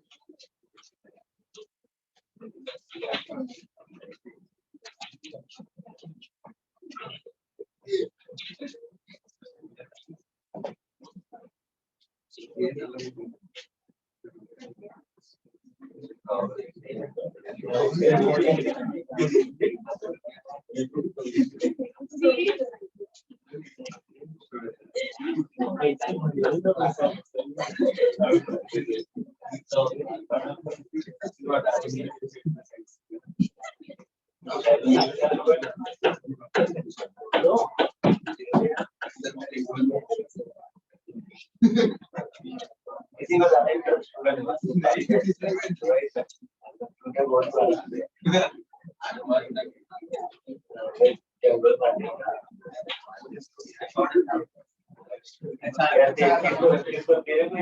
बाकियों को भी लगा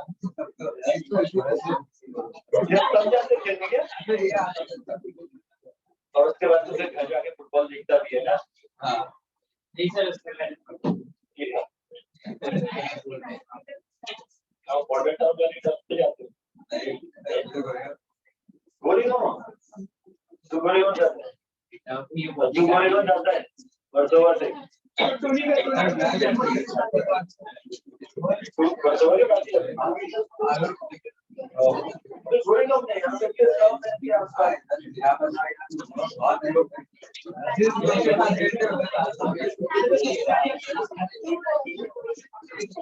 बड़े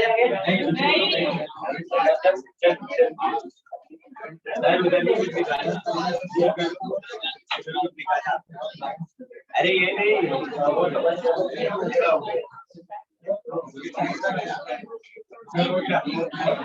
ये बहुत आसान समझ में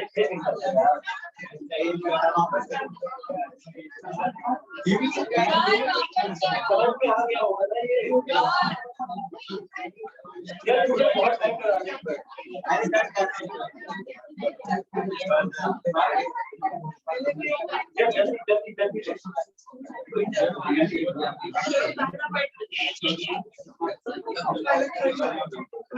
एक लास्ट चीज है तो थोड़ा सा एक लास्ट चीज है क्विकली समझना ये टाइप ऑफ प्रॉब्लम्स पूछे जाते हैं एक टाइप ऑफ प्रॉब्लम पूछे जाते हैं हमने potential energy work done by conservative forces minus of potential energy के टर्म्स में डिफाइन करा। एक चीज होती है कि पोटेंशियल एनर्जी और कंजर्वेटिव फोर्स में रिलेशन क्या होता है या उसके कुछ एक बहुत स्टैंडर्ड सेट ऑफ प्रॉब्लम्स है। So right now next heading relation between conservative forces and potential energy. Relation between conservative forces. Relation between conservative forces and potential energy. और ये जो स्पेसिफिक चीज बता रहा हूँ ये अभी पोटेंशियल एनर्जी ये 3 चैप्टर में आती है। ठीक है तो थोड़ा सा ना एक बेसिक पार्ट से यहाँ पे समझ लेते हैं कि टाइप ऑफ प्रॉब्लम ये सेम चीज आएगी ग्रेविटेशन चैप्टर में सेम चीज आएगी इलेक्ट्रोस्टैटिक्स। ठीक है तो जहां जहां पर भी पोटेंशियल एनर्जी वापस पड़ेगी वहां भी सेम टाइप के प्रॉब्लम वो चाहे इलेक्ट्रोस्टैटिक्स हो या समझ जाए ध्यान से। एक चीज याद रखिए हमेशा डेरिवेशन जैसा कुछ है नहीं बट सुनना सुन लो तो basically work done by conservative forces हमने माइनस ऑफ डेल्टा यू के बराबर बोला है ना। वर्क डन होता क्या है F into dr है ना। यहाँ पर हमें चीज अब हम अगर एक छोटे से डिस्प्लेसमेंट की बात करेंगे तो वहां पर F डॉट dr है और हम इसको लिख देते हैं माइनस ऑफ डी यू के बराबर। ठीक है हम समझ रहे हैं इवेंचुअली मैं एक फॉर्मूला बता रहा हूँ याद करने का उसके बाद में मल्टीपल चीजें उसी से ड्राइव करूंगा क्योंकि अलग अलग फॉर्मूले लिखे जाते हैं थोड़ा सा कंफ्यूजन होता है।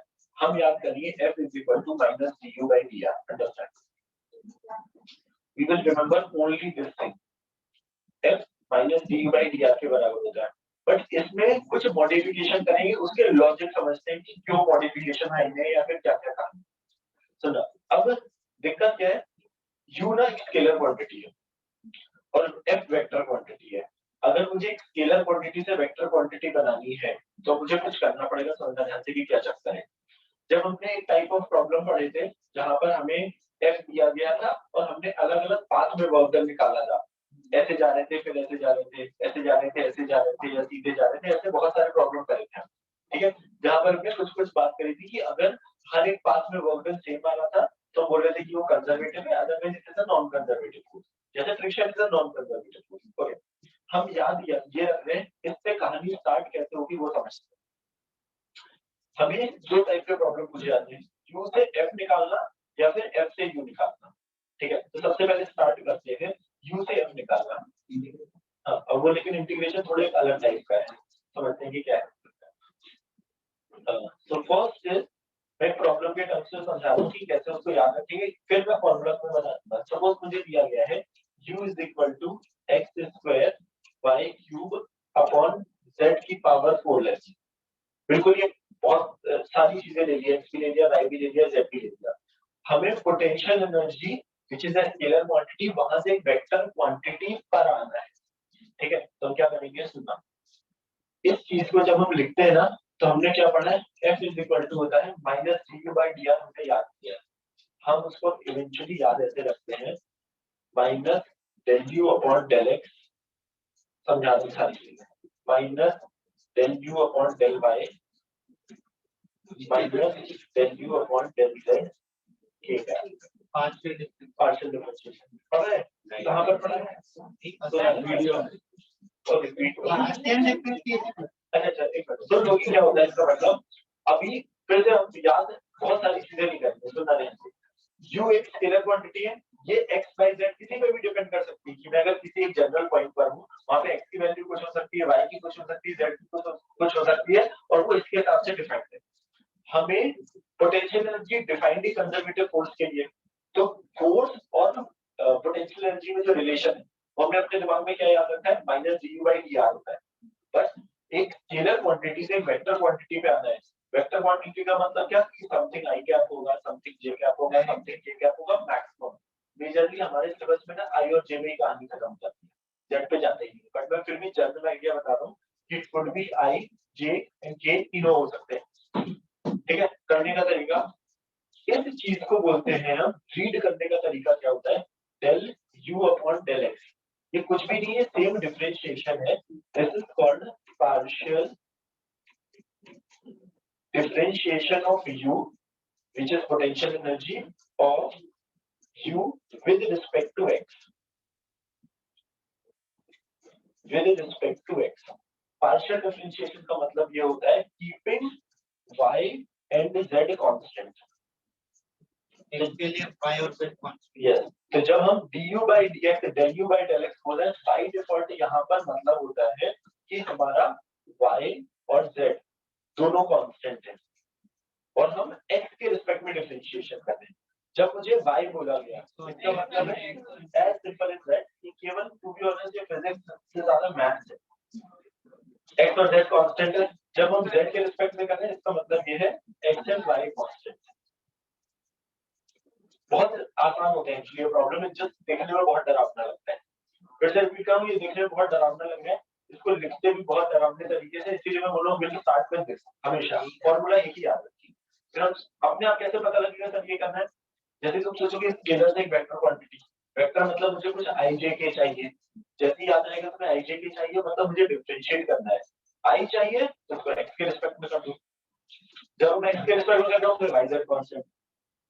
जब हमें उसका जे कैप चाहिए तो वाई के रिस्पेक्ट में कर दो, जब ये चाहिए तो इसके रिस्पेक्ट में कर दो।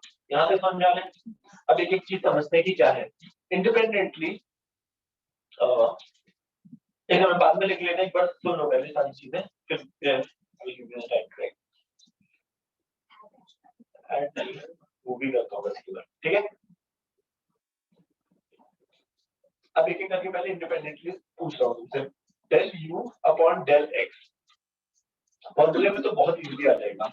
जब हम इसको डिफरेंशिएट करना चाह रहे हैं विद रिस्पेक्ट टू एक्स, हमारा y और z कांस्टेंट है, वहां पर क्या लिखा है, जो चीज कांस्टेंट है y क्यूब z की पावर 4 कांस्टेंट, केवल x का डिफरेंशिएशन। बहुत ही आसान है ना, डेल u, और ये हम डायरेक्टली भी लिख लेंगे, एक बार बस समझाने के लिए लिखा, अपॉन डेल y, मतलब हमारा x और z कांस्टेंट, तो x और z और z की पावर 4 कांस्टेंट,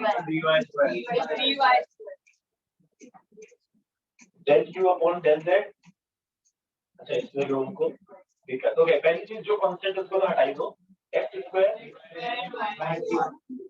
1 by z की पावर 4 का डिफरेंशिएशन 1 by z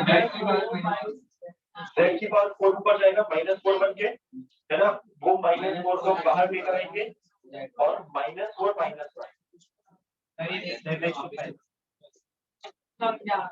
एक मिनट, अगर मैं तुमसे बोलता t/dx जो हम बचपन में पढ़ते आए हैं 1 क्या था 4 x की पावर 4 होता, तो हम क्या बोलते हैं x की पावर -4 ऊपर लेकर जाते हैं, जो भी चीज पावर में होती है। अच्छा, x raise to the power n का डिफरेंशिएशन n को बाहर लेकर आओ, x की पावर n-1, n कुछ भी हो सकता है, ये लिखा है z x की पावर -4 को बाहर लेकर आओ -4 और x की पावर -4 ऐसे करते थे ना। यहाँ पे क्या था z की 1/z की पावर 4, तो z की पावर 4 को ऊपर लेकर गए तो -4, उसका एक माइनस आया एंड -4 -1, उसको फिर वापस नीचे लेकर गए तो z की पावर 5। ये समझ में आ रहा है पक्का? अब देखो जानते हैं फॉर्मूला में क्या पढ़ा है, ध्यान क्या रखना है, एक माइनस इज वेरी इंपॉर्टेंट, हर जगह पे एक माइनस को मल्टीप्लाई करके i j k 2x आ रहा है, y क्यूब आ रहा है एंड z की पावर 4 आ रहा है। ये हमारा x वाला था तो i कैप लगा दूं और एक माइनस, माइनस तो हर बार ये यहाँ पर आ रहा है 3x square y square upon z की पावर 4 और j लगा दूं। एक माइनस था, यहाँ पर एक माइनस आ गया और now this will become plus which is 4x square y cube upon z की पावर 5 और यहाँ पे लगा दो, ठीक है। बहुत आसान है, केवल मैथ प्योर। तो अगेन हम से कि जब ऐसे लिखा होता है ना तो ऐसे लगा होता है पता नहीं क्या लिखा है। अगर मैं तुम्हें इंडिपेंडेंटली बोलूं इसको याद कर लो तो वो बहुत डरावना सा लगता है। सो अगेन हम से will start with will remember only that कहानी, क्या f is equal to -g/dr। जैसे तुम सोचोगे कि मुझे u से f पे आना है, this is the scalar quantity, अभी मैं उल्टा भी आ रहा हूँ and this is a vector quantity. तो जब मुझे स्केलर से वेक्टर पे आना है, मतलब वेक्टर पे आना है मतलब i cap j cap d cap चाहिए। जैसे तुम सोचोगे i j k चाहिए, जैसे वहां पे तुम्हें कुछ x y z दिखेगा तुम्हें समझ में आ जाएगा हम डिफरेंशिएट तो कर नहीं सकते, तो अपने आप समझ में आएगा अच्छा del u by del x का मतलब था y और z कांस्टेंट, वो कांस्टेंट ही है तुम्हारे लिए, del u by del x निकालो और माइनस तुम्हें याद है। क्या ये चीज समझ में आ रही है पक्का? बिल्कुल अच्छे से। कोई भी फंक्शन दिया है केवल वो सिंपल डिफरेंशिएशन है, नथिंग और कुछ भी नहीं प्रॉब्लम। सर अभी उल्टा वाला भी करते हैं तो समझ में आ जाएगा कि उसके रिलेशन में क्या है। चलो जल्दी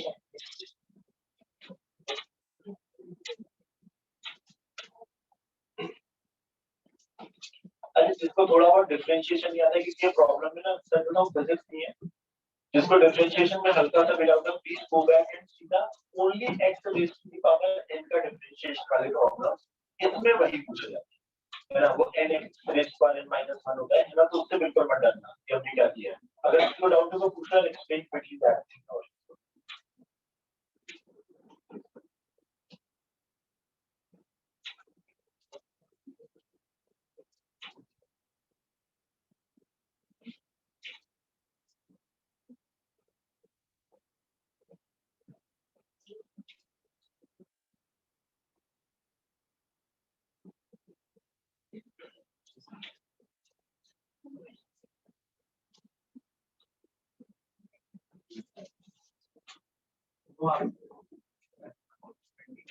क्या क्या छोटा छोटा कांस्टेंट लिखा है,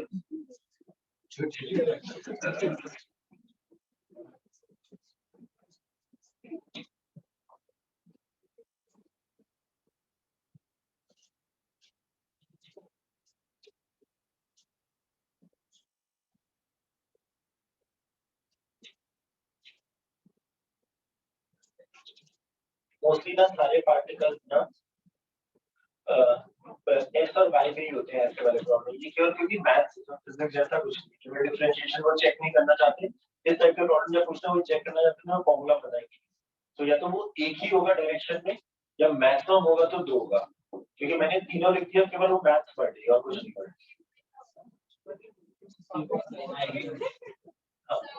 तो हाँ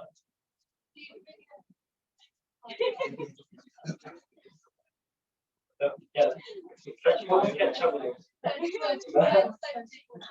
नहीं करना है सच बोलोगे तो आएगा फिर सच है कि आदमी नहीं है दुनिया आसपास वाले छोटे लोग हैं मेरे बहुत ना सब जो है ना अरे दूसरी रस्ते हाथ में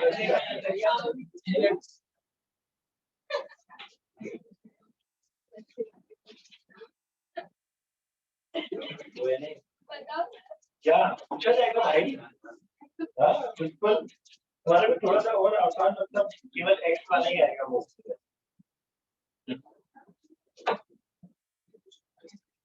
जिंदगी में इतना दुख क्यों है ये तो बता दे ऐसा क्या हो गया कि किसने तेरे को दुख दिया है इतना मत करे यार वक्त हालात और फिल्टर इंसान की जिंदगी बदल देते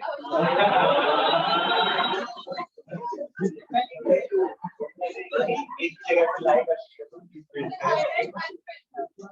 लाइक फिल्टर लगता है give some time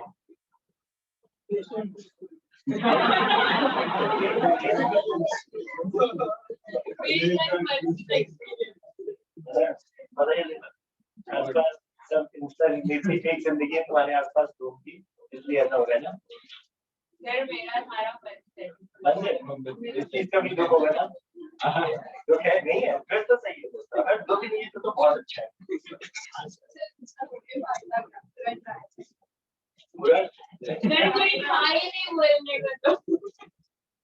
सबकी सेमी दुख की है क्या नहीं सर आप फुटबॉल सर आप फुटबॉल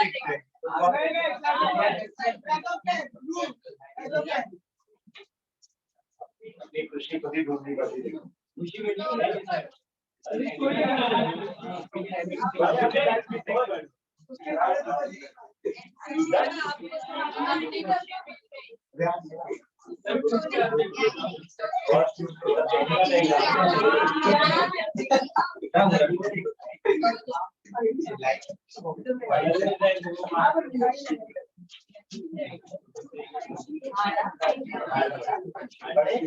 ओके अब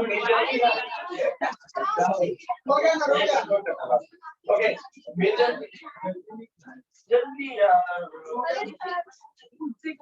मेजरली ना एक्ट डायरेक्शन में कहानी होती है ठीक है बहुत सारे प्रॉब्लम्स है ना it is only in act direction जो मैं वाई जेड की बात कर रहा हूँ जैसे स्प्रिंग फोर्स है तो जैसे u = हाफ के एक्स स्क्वायर हमने पढ़ लिया अगर मैं उल्टा काम करूँ हाफ के एक्स स्क्वायर को डिफरेंशिएट करूंगा तो माइनस के एक्स ही आएगा तो अभी एक चीज और बता दूं कि when particles are moving only in x direction और वो कंजर्वेटिव फोर्सेस है तो अभी सीधे सीधे कहानी क्या है जल्दी है ना सीधे सीधे कहानी क्या है अब if only in one direction particle पे forces act करते हैं तो F is equal to minus du by dx simple अब यहाँ पे सर डेल क्यों नहीं लिखा लिखो नहीं लिखो कोई फर्क ही नहीं पड़ा क्योंकि y z है ही नहीं है ना if only in one direction this is for one dimension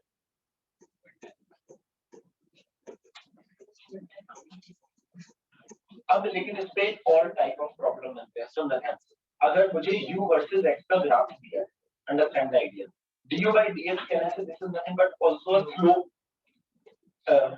y is equal to something x होता था तो dy by dx से स्लोप भी होता था उसको रिप्रेजेंट करता था मतलब क्या है सुन रहा एक और इम्पोर्टेंट चीज u वर्सेस x का अगर ग्राफ है understand the idea slope force है और उसका नेगेटिव साइन सुनना स्लोप अच्छा सबको समझ में आता है स्लोप क्या होता है कि हम एक टेंजेंट बनाते हैं उसका जो एंगल होता है थीटा उसका tan is basically called slope right सही है आगे ये चीज समझ में आती है सुनना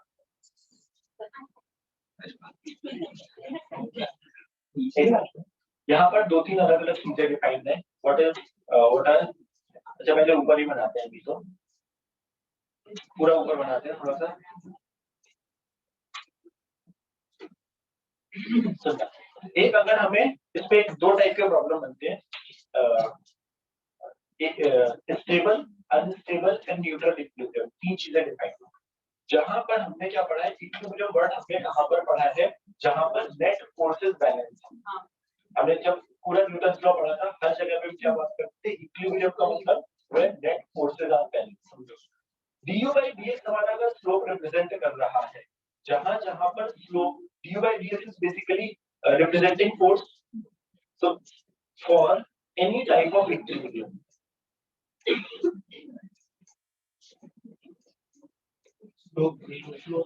फॉर इक्विलिब्रियम हमने क्या पढ़ा था न्यूटन लॉ में, net forces has to be zero. अगर मैं F को लिख रहा हूँ माइनस डी, F को लिख रहा हूँ मैं minus D by D x, minus करने से जीरो में चला जाएगा।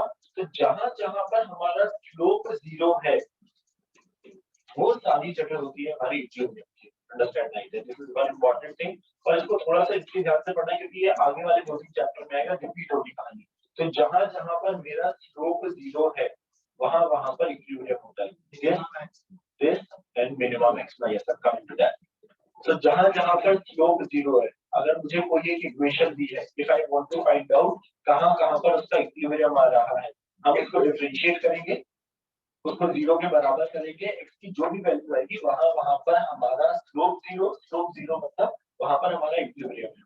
इक्विलिब्रियम को हमने तीन टाइप से डिफाइन करा है, क्या? एक होता है स्टेबल, अनस्टेबल एंड न्यूट्रल, ठीक है। तो stable equilibrium, unstable and third one is neutral. अभी आ रहे हैं सुनो। अब u वर्सेस x का जो ग्राफ होता है, इट इज लाइक अ पहाड़। मतलब क्या है कि अगर सच में इस टाइप का एक पहाड़ होता, अगर मैं एक बॉल को यहाँ पर रखता, अगर मैं इसको हल्का सा ऊपर लेकर जाता, कहने से वापस आने की कोशिश करती, बिल्कुल यहाँ पे लेफ्ट में ले जाता तो फिर इधर पे आने की कोशिश होती। तो u वर्सेस x का graph is actually behave like अ पहाड़।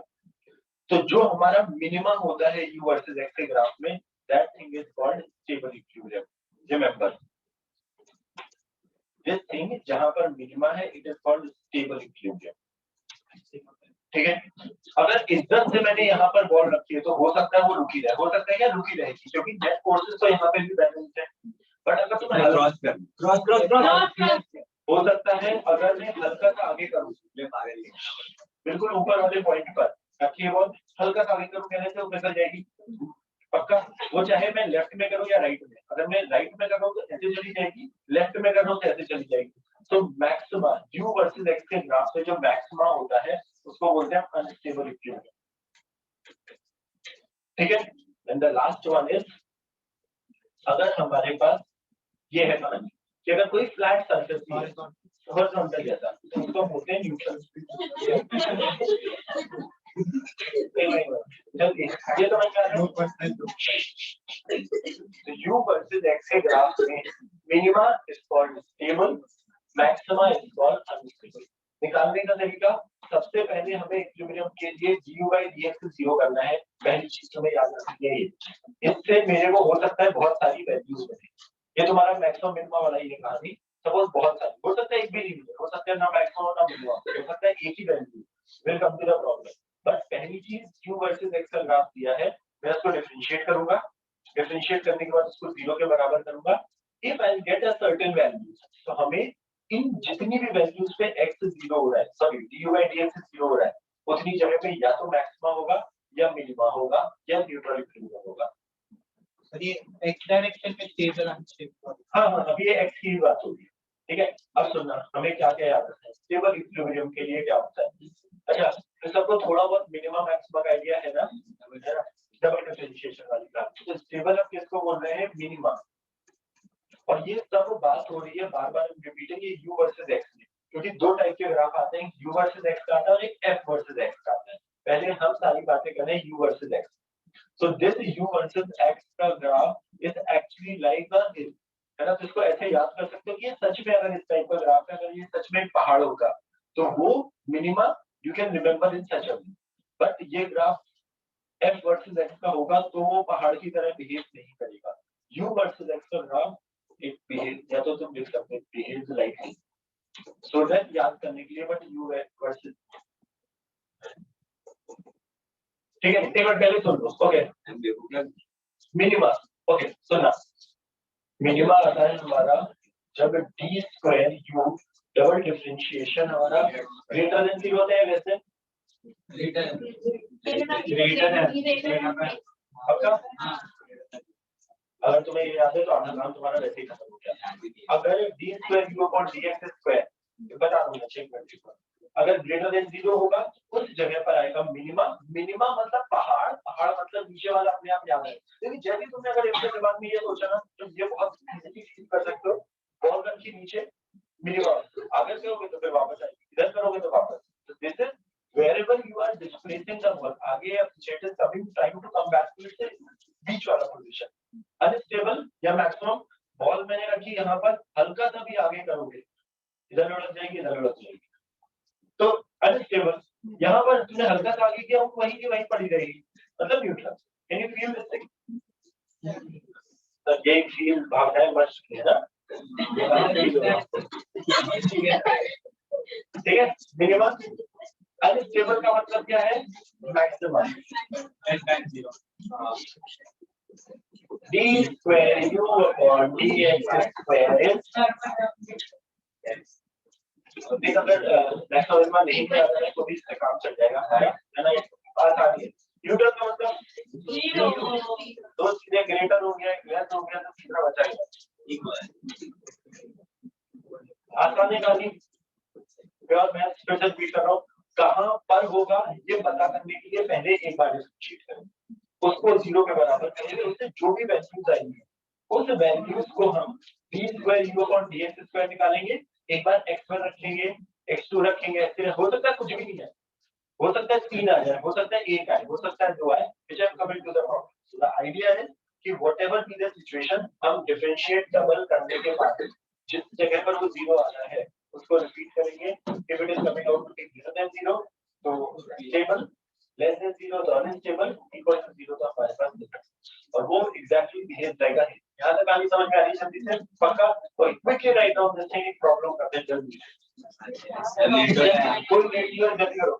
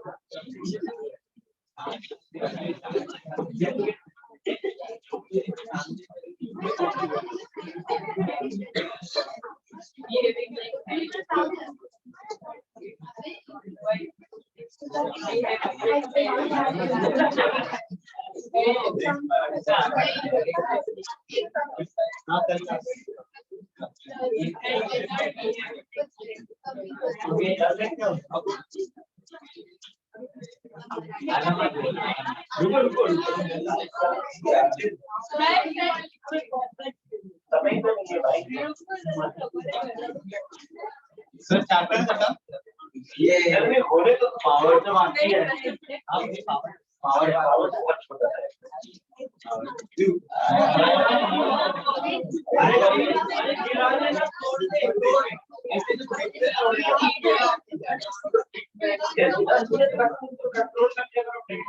सर जाने का टाइम नहीं मिलेगा, सीधा बस के लिए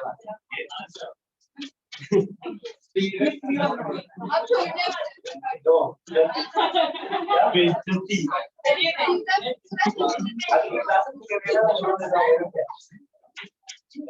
अगली 2 क्लासेस वॉलंटरी दे दो कोई यहाँ पे ले लो ना, बोल दो ना मेरे को प्रेजेंट आती है आईटी की क्लास। मैंने आज चैप्टर क्या मिलेगा दे दो एक बार, मैं छोड़ के आऊंगा।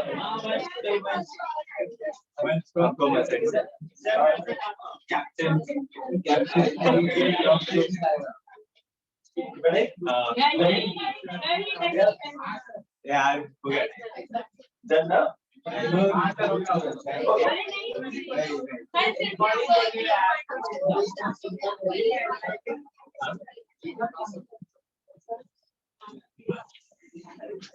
क्या ओके, तो एक बहुत स्टैंडर्ड प्रॉब्लम, और ये स्पेसिफिक प्रॉब्लम ना कई बार कई एग्जाम में पूछा गया है, ठीक है?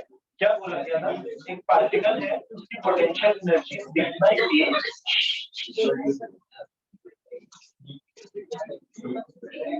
ठीक है? जहां पे बोला गया था A and B are positive constant, सब पॉजिटिव नंबर, ठीक है? Find the position where particle is in stable equilibrium. Find the position where, अच्छा इसमें दो तीन चीजें बतानी है, कुछ चीज सुन लो। स्टेबल इन स्टेबल, तो यार जैसे ही तुम्हें एक तो यार सुनो, जैसे ही तुम्हें अगर वर्ड में प्रॉब्लम ही बोल दिया जाए ना, find the vector particle is in stable equilibrium, इसका मतलब समझो। हमें पहले स्टेप बोला गया है कि अगर u as a function of x दिया गया है, इमीडिएटली du by dx निकालो। क्यों? क्योंकि du by dx में माइनस साइन लगाते हैं तो फोर्स से रिप्रेजेंट करता है। इक्विलिब्रियम कहां पर होता है? जहां फोर्स इज जीरो। तो पहले हम du by dx निकालेंगे और उसको जीरो के बराबर करेंगे, ठीक है? अगेन क्यों कर रहे हैं? क्योंकि फोर्स हमें जीरो करना है इक्विलिब्रियम पता करने के लिए। स्टेबल है, अनस्टेबल इज द बात की। तो पहला काम इसको डिफरेंशिएट करना। ओके, अच्छा ओके, फिर से वही पुरानी चीज, a कांस्टेंट है, x रेज टू दी, अच्छा जिसको यार डिफरेंशिएशन का प्रॉब्लम है, थोड़ा सा दिमाग, find the position where particle is in stable equilibrium. Okay, तो 12 में हाँ, तो ऊपर जाएगा x की power -12, x raise to the power 13 -12 है, राइट? बी हमारा कौन सी है? -6,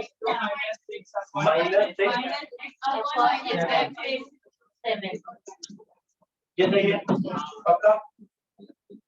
ये जीरो, ये हमारा माइनस वाली चीज को इधर में लेकर जाते हैं, ये माइनस माइनस वैसे भी प्लस हो जाएगा। तो 6b अपॉन x की पावर 7 बराबर 12a अपॉन, एक्चुअली यही specific problem will get to see again, हम सेम दो तीन बार देखने को तुम्हें मिलेगा। ओके, ये 12 कैंसिल हो रहा है 2 से, x की पावर 7 से 6 टाइम्स, तो इसको इधर पे ले जा रहा हूं, तो x की power 6 coming out to be 2a upon b, तो 2a अपॉन b की पावर 1/6, राइट?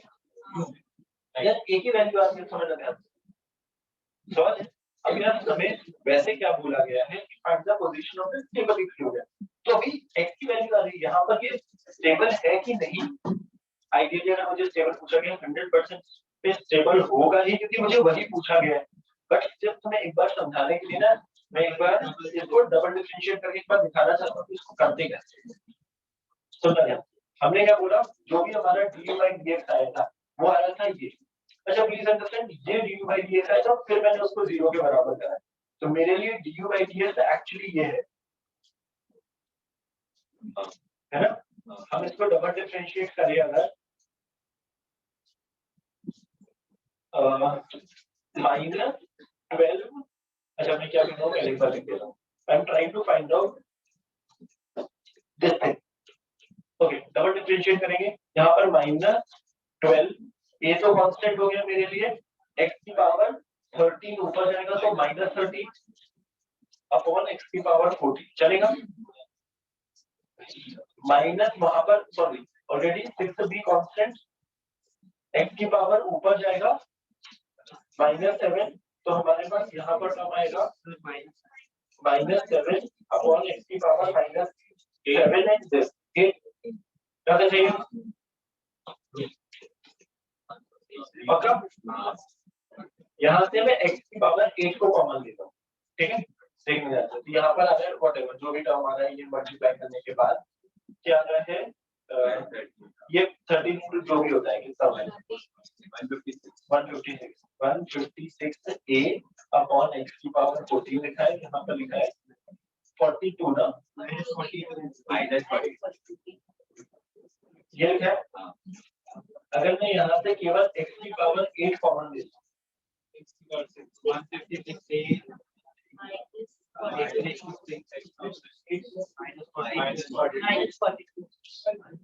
42 बीटा।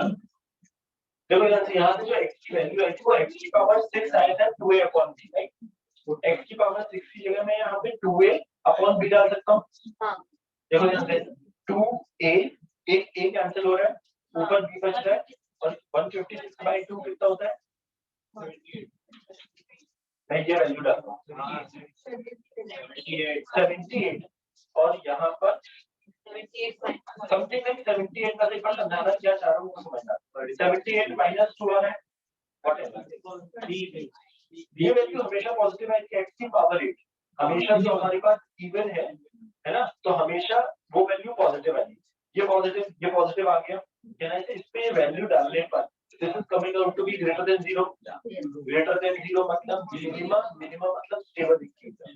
तो अब समझाने की कोशिश कर रहा हूँ, अगर सपोज मेरे पास मल्टीपल वैल्यूज आती हैं, यहाँ पे तो एक ही है और यहाँ पे पूछने की है स्टेबल है, तो हर बार मुझे सॉल्व करने की जरूरत नहीं है। If they are asking where is the stable equation और ऑप्शन में मुझे ये दिख गया, तो मैं एक्चुअली ये काम नहीं करूंगा, क्यों? क्योंकि मुझे स्टेबल पूछा गया और एक ही वैल्यू आ रही, तो 100% उसी में ही स्टेबल होगा।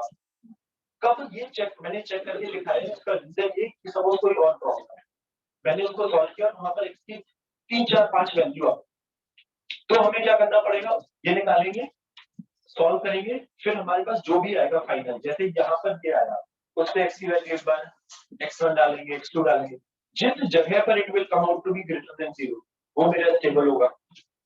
ये बात समझ में आ रही है? अगर वही चीज सॉल्व करने पर लेस देन 0 आती तो वो अनस्टेबल होता, अगर वो सॉल्व करते हो इक्वल टू 0 आ जाता तो वो न्यूट्रल होता है। कई बार ऐसा होता है कि हमने इसको डबल डिफरेंशिएट किया और वो वैल्यू आ गई कांस्टेंट। अगर वो वैल्यू कांस्टेंट है बट वो पॉजिटिव है, मतलब वो हमारा स्टेबल इक्वेशन है, हमें वैल्यू डालने की जरूरत ही नहीं पड़ी। सपोज मैंने सॉल्व किया और x की एक ही वैल्यू आ रही है, बट मुझे ये नहीं पता कि वहां पर स्टेबल है या अनस्टेबल, डबल डिफरेंशिएट करो, अगर वो बाई डिफॉल्ट ही नेगेटिव आ गई, मतलब वो पक्का 100% हमारे पास मैक्सिमम है, मतलब अनस्टेबल पहाड़ है ना। अगर वो by default he less than 0 है, जो कि उल्टा ग्रेटर देन 0 आ गई, तो हमारे पास मिनिमम है, मतलब स्टेबल है। ये समझ में आ रहा है? पक्का श्योर? समझो। अब दो चीजें बहुत छोटी सी बात है, एक है f वर्सेस x का ग्राफ है, हमारे पास 5 मिनट वो f वर्सेस x का ग्राफ है, केवल आपने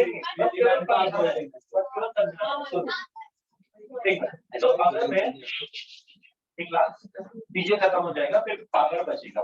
okay, suppose f versus x का ग्राफ है, सुनना ध्यान से। अब यहाँ पे मैक्सिमम मिनिमा नहीं है, हमने क्या बोला, इक्विलिब्रियम कहाँ पर स्टेबल अनस्टेबल न्यूट्रल होता है, जहां फोर्स 0 है, तो फोर्स 0 यहाँ पर है। तो लोग ना कई बार क्या होता है, जल्दी से वो याद रहता है उनको वो वाला ग्राफ, भाई ये f वर्सेस x का ग्राफ है, तो जहां जहां पर फोर्स 0 है यहाँ पर some type of equilibrium will exist, है ना। आप समझना, अब तरीका क्या है, ये याद ही रख लो, बहुत आसान है। मैं अगर आगे जाऊं, ठीक है, मैं अगर x पॉजिटिव दे रहा हूँ, मेरा फोर्स नेगेटिव हो रहा है, मतलब मैं आगे जा रहा हूँ, फोर्स पीछे आ रहा है, समथिंग लाइक इट्स, मैं अगर आगे गया फोर्स पीछे आ रहा है, कहना है तो वो स्टेबल इक्विलिब्रियम उल्टा प्रोसेस। अगर मैं पीछे जा रहा हूँ तो फोर्स पीछे गया बट फोर्स पॉजिटिव हो गया, वो मुझे आगे धक्का देने की कोशिश कर रहा है, तो ये वाला पॉइंट होगा हमारा स्टेबल। स्टेबल मतलब मैं अपनी नेचुरल पोजीशन पे आने की कोशिश कर रहा हूँ, बार-बार इसमें देखो उल्टा हो जाता है। तो आगे गए, अरे फोर्स भी पॉजिटिव, मैं आगे गया और उसने मुझे आगे धक्का मार दिया, मैं पीछे गया और उसने और पीछे धक्का मार दिया। यहाँ पर ये दोनों मैक्सिमम मिनिमम वाले पॉइंट कुछ रिप्रेजेंट नहीं करते, कोई रीजन है ना। ये बात समझ में आ रही है? तो हमारे पास टेबल क्या है, f वर्सेस x ग्राफ में देखना बहुत इजी है। आगे जाओ, अगर फोर्स पीछे है, पीछे जाओ, फोर्स अगर आगे है तो हमारा स्टेबल, आगे जाओ फोर्सेस आल्सो आगे, पीछे जाओ फोर्सेस आल्सो पीछे, तो हमारा स्टेबल और अनस्टेबल इवन से डिफाइंड होता है। यहाँ पर न्यूट्रल कैसे, फोर्स 0 हो गया पूरा, जहां पे जा रहे हो वहीं पे रुक जा रहे हैं, सपोज कि आप आगे ऐसा होगा, तो ऐसा हमेशा नहीं होगा, तीनों में स्टेबल है नहीं, जरूरी नहीं है, हो सकता है कुछ ना मिले। मैं बोल रहा हूँ f वर्सेस x का ग्राफ ये है, ना स्टेबल ना अनस्टेबल ना न्यूट्रल, कुछ भी नहीं है। ये u वर्सेस x का ग्राफ होता है तो भी कुछ नहीं मिलता, ना du/dx, जरूरी नहीं है कि ऐसा हो। जब हमने मैक्सिमम मिनिमम पढ़ा था तो जरूरी थोड़ा था कि हर बार ही मैक्सिमम मिलेगा या मिनिमम मिलेगा। अगर मिल रहा है तो ये सब इट्स लाइक अ पहाड़। तो अपने दिमाग में क्या रखनी, यू वर्स लाइक अ पहाड़। पहाड़ में जो मिनिमम है स्टेबल, मैक्सिमम स्टेबल और उसका रिलेशनशिप। एफ वर्स जैसे ग्राफ में लोगों को उल्टा याद हो जाता है, ये बता रहा हूं केवल आगे पीछे। ओके, तो बस एक बहुत 15 मिनट में पावर में कुछ है नहीं, जस्ट थोड़ा सा नेक्स्ट चैप्टर है, एक बार पता नहीं। हां अच्छा है सर्कल।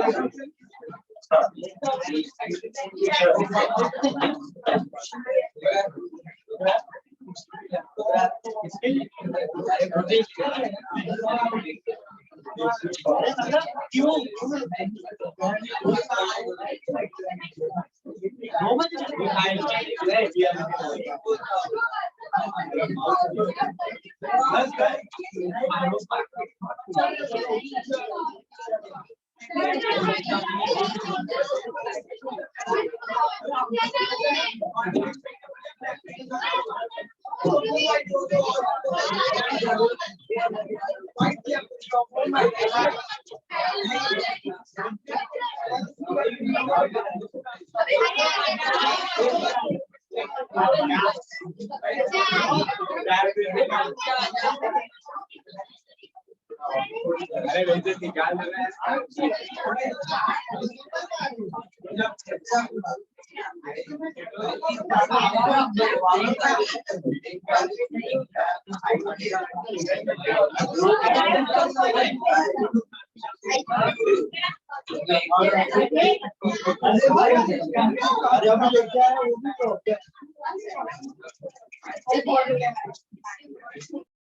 प्राइज मीटिंग एंड करेंगे।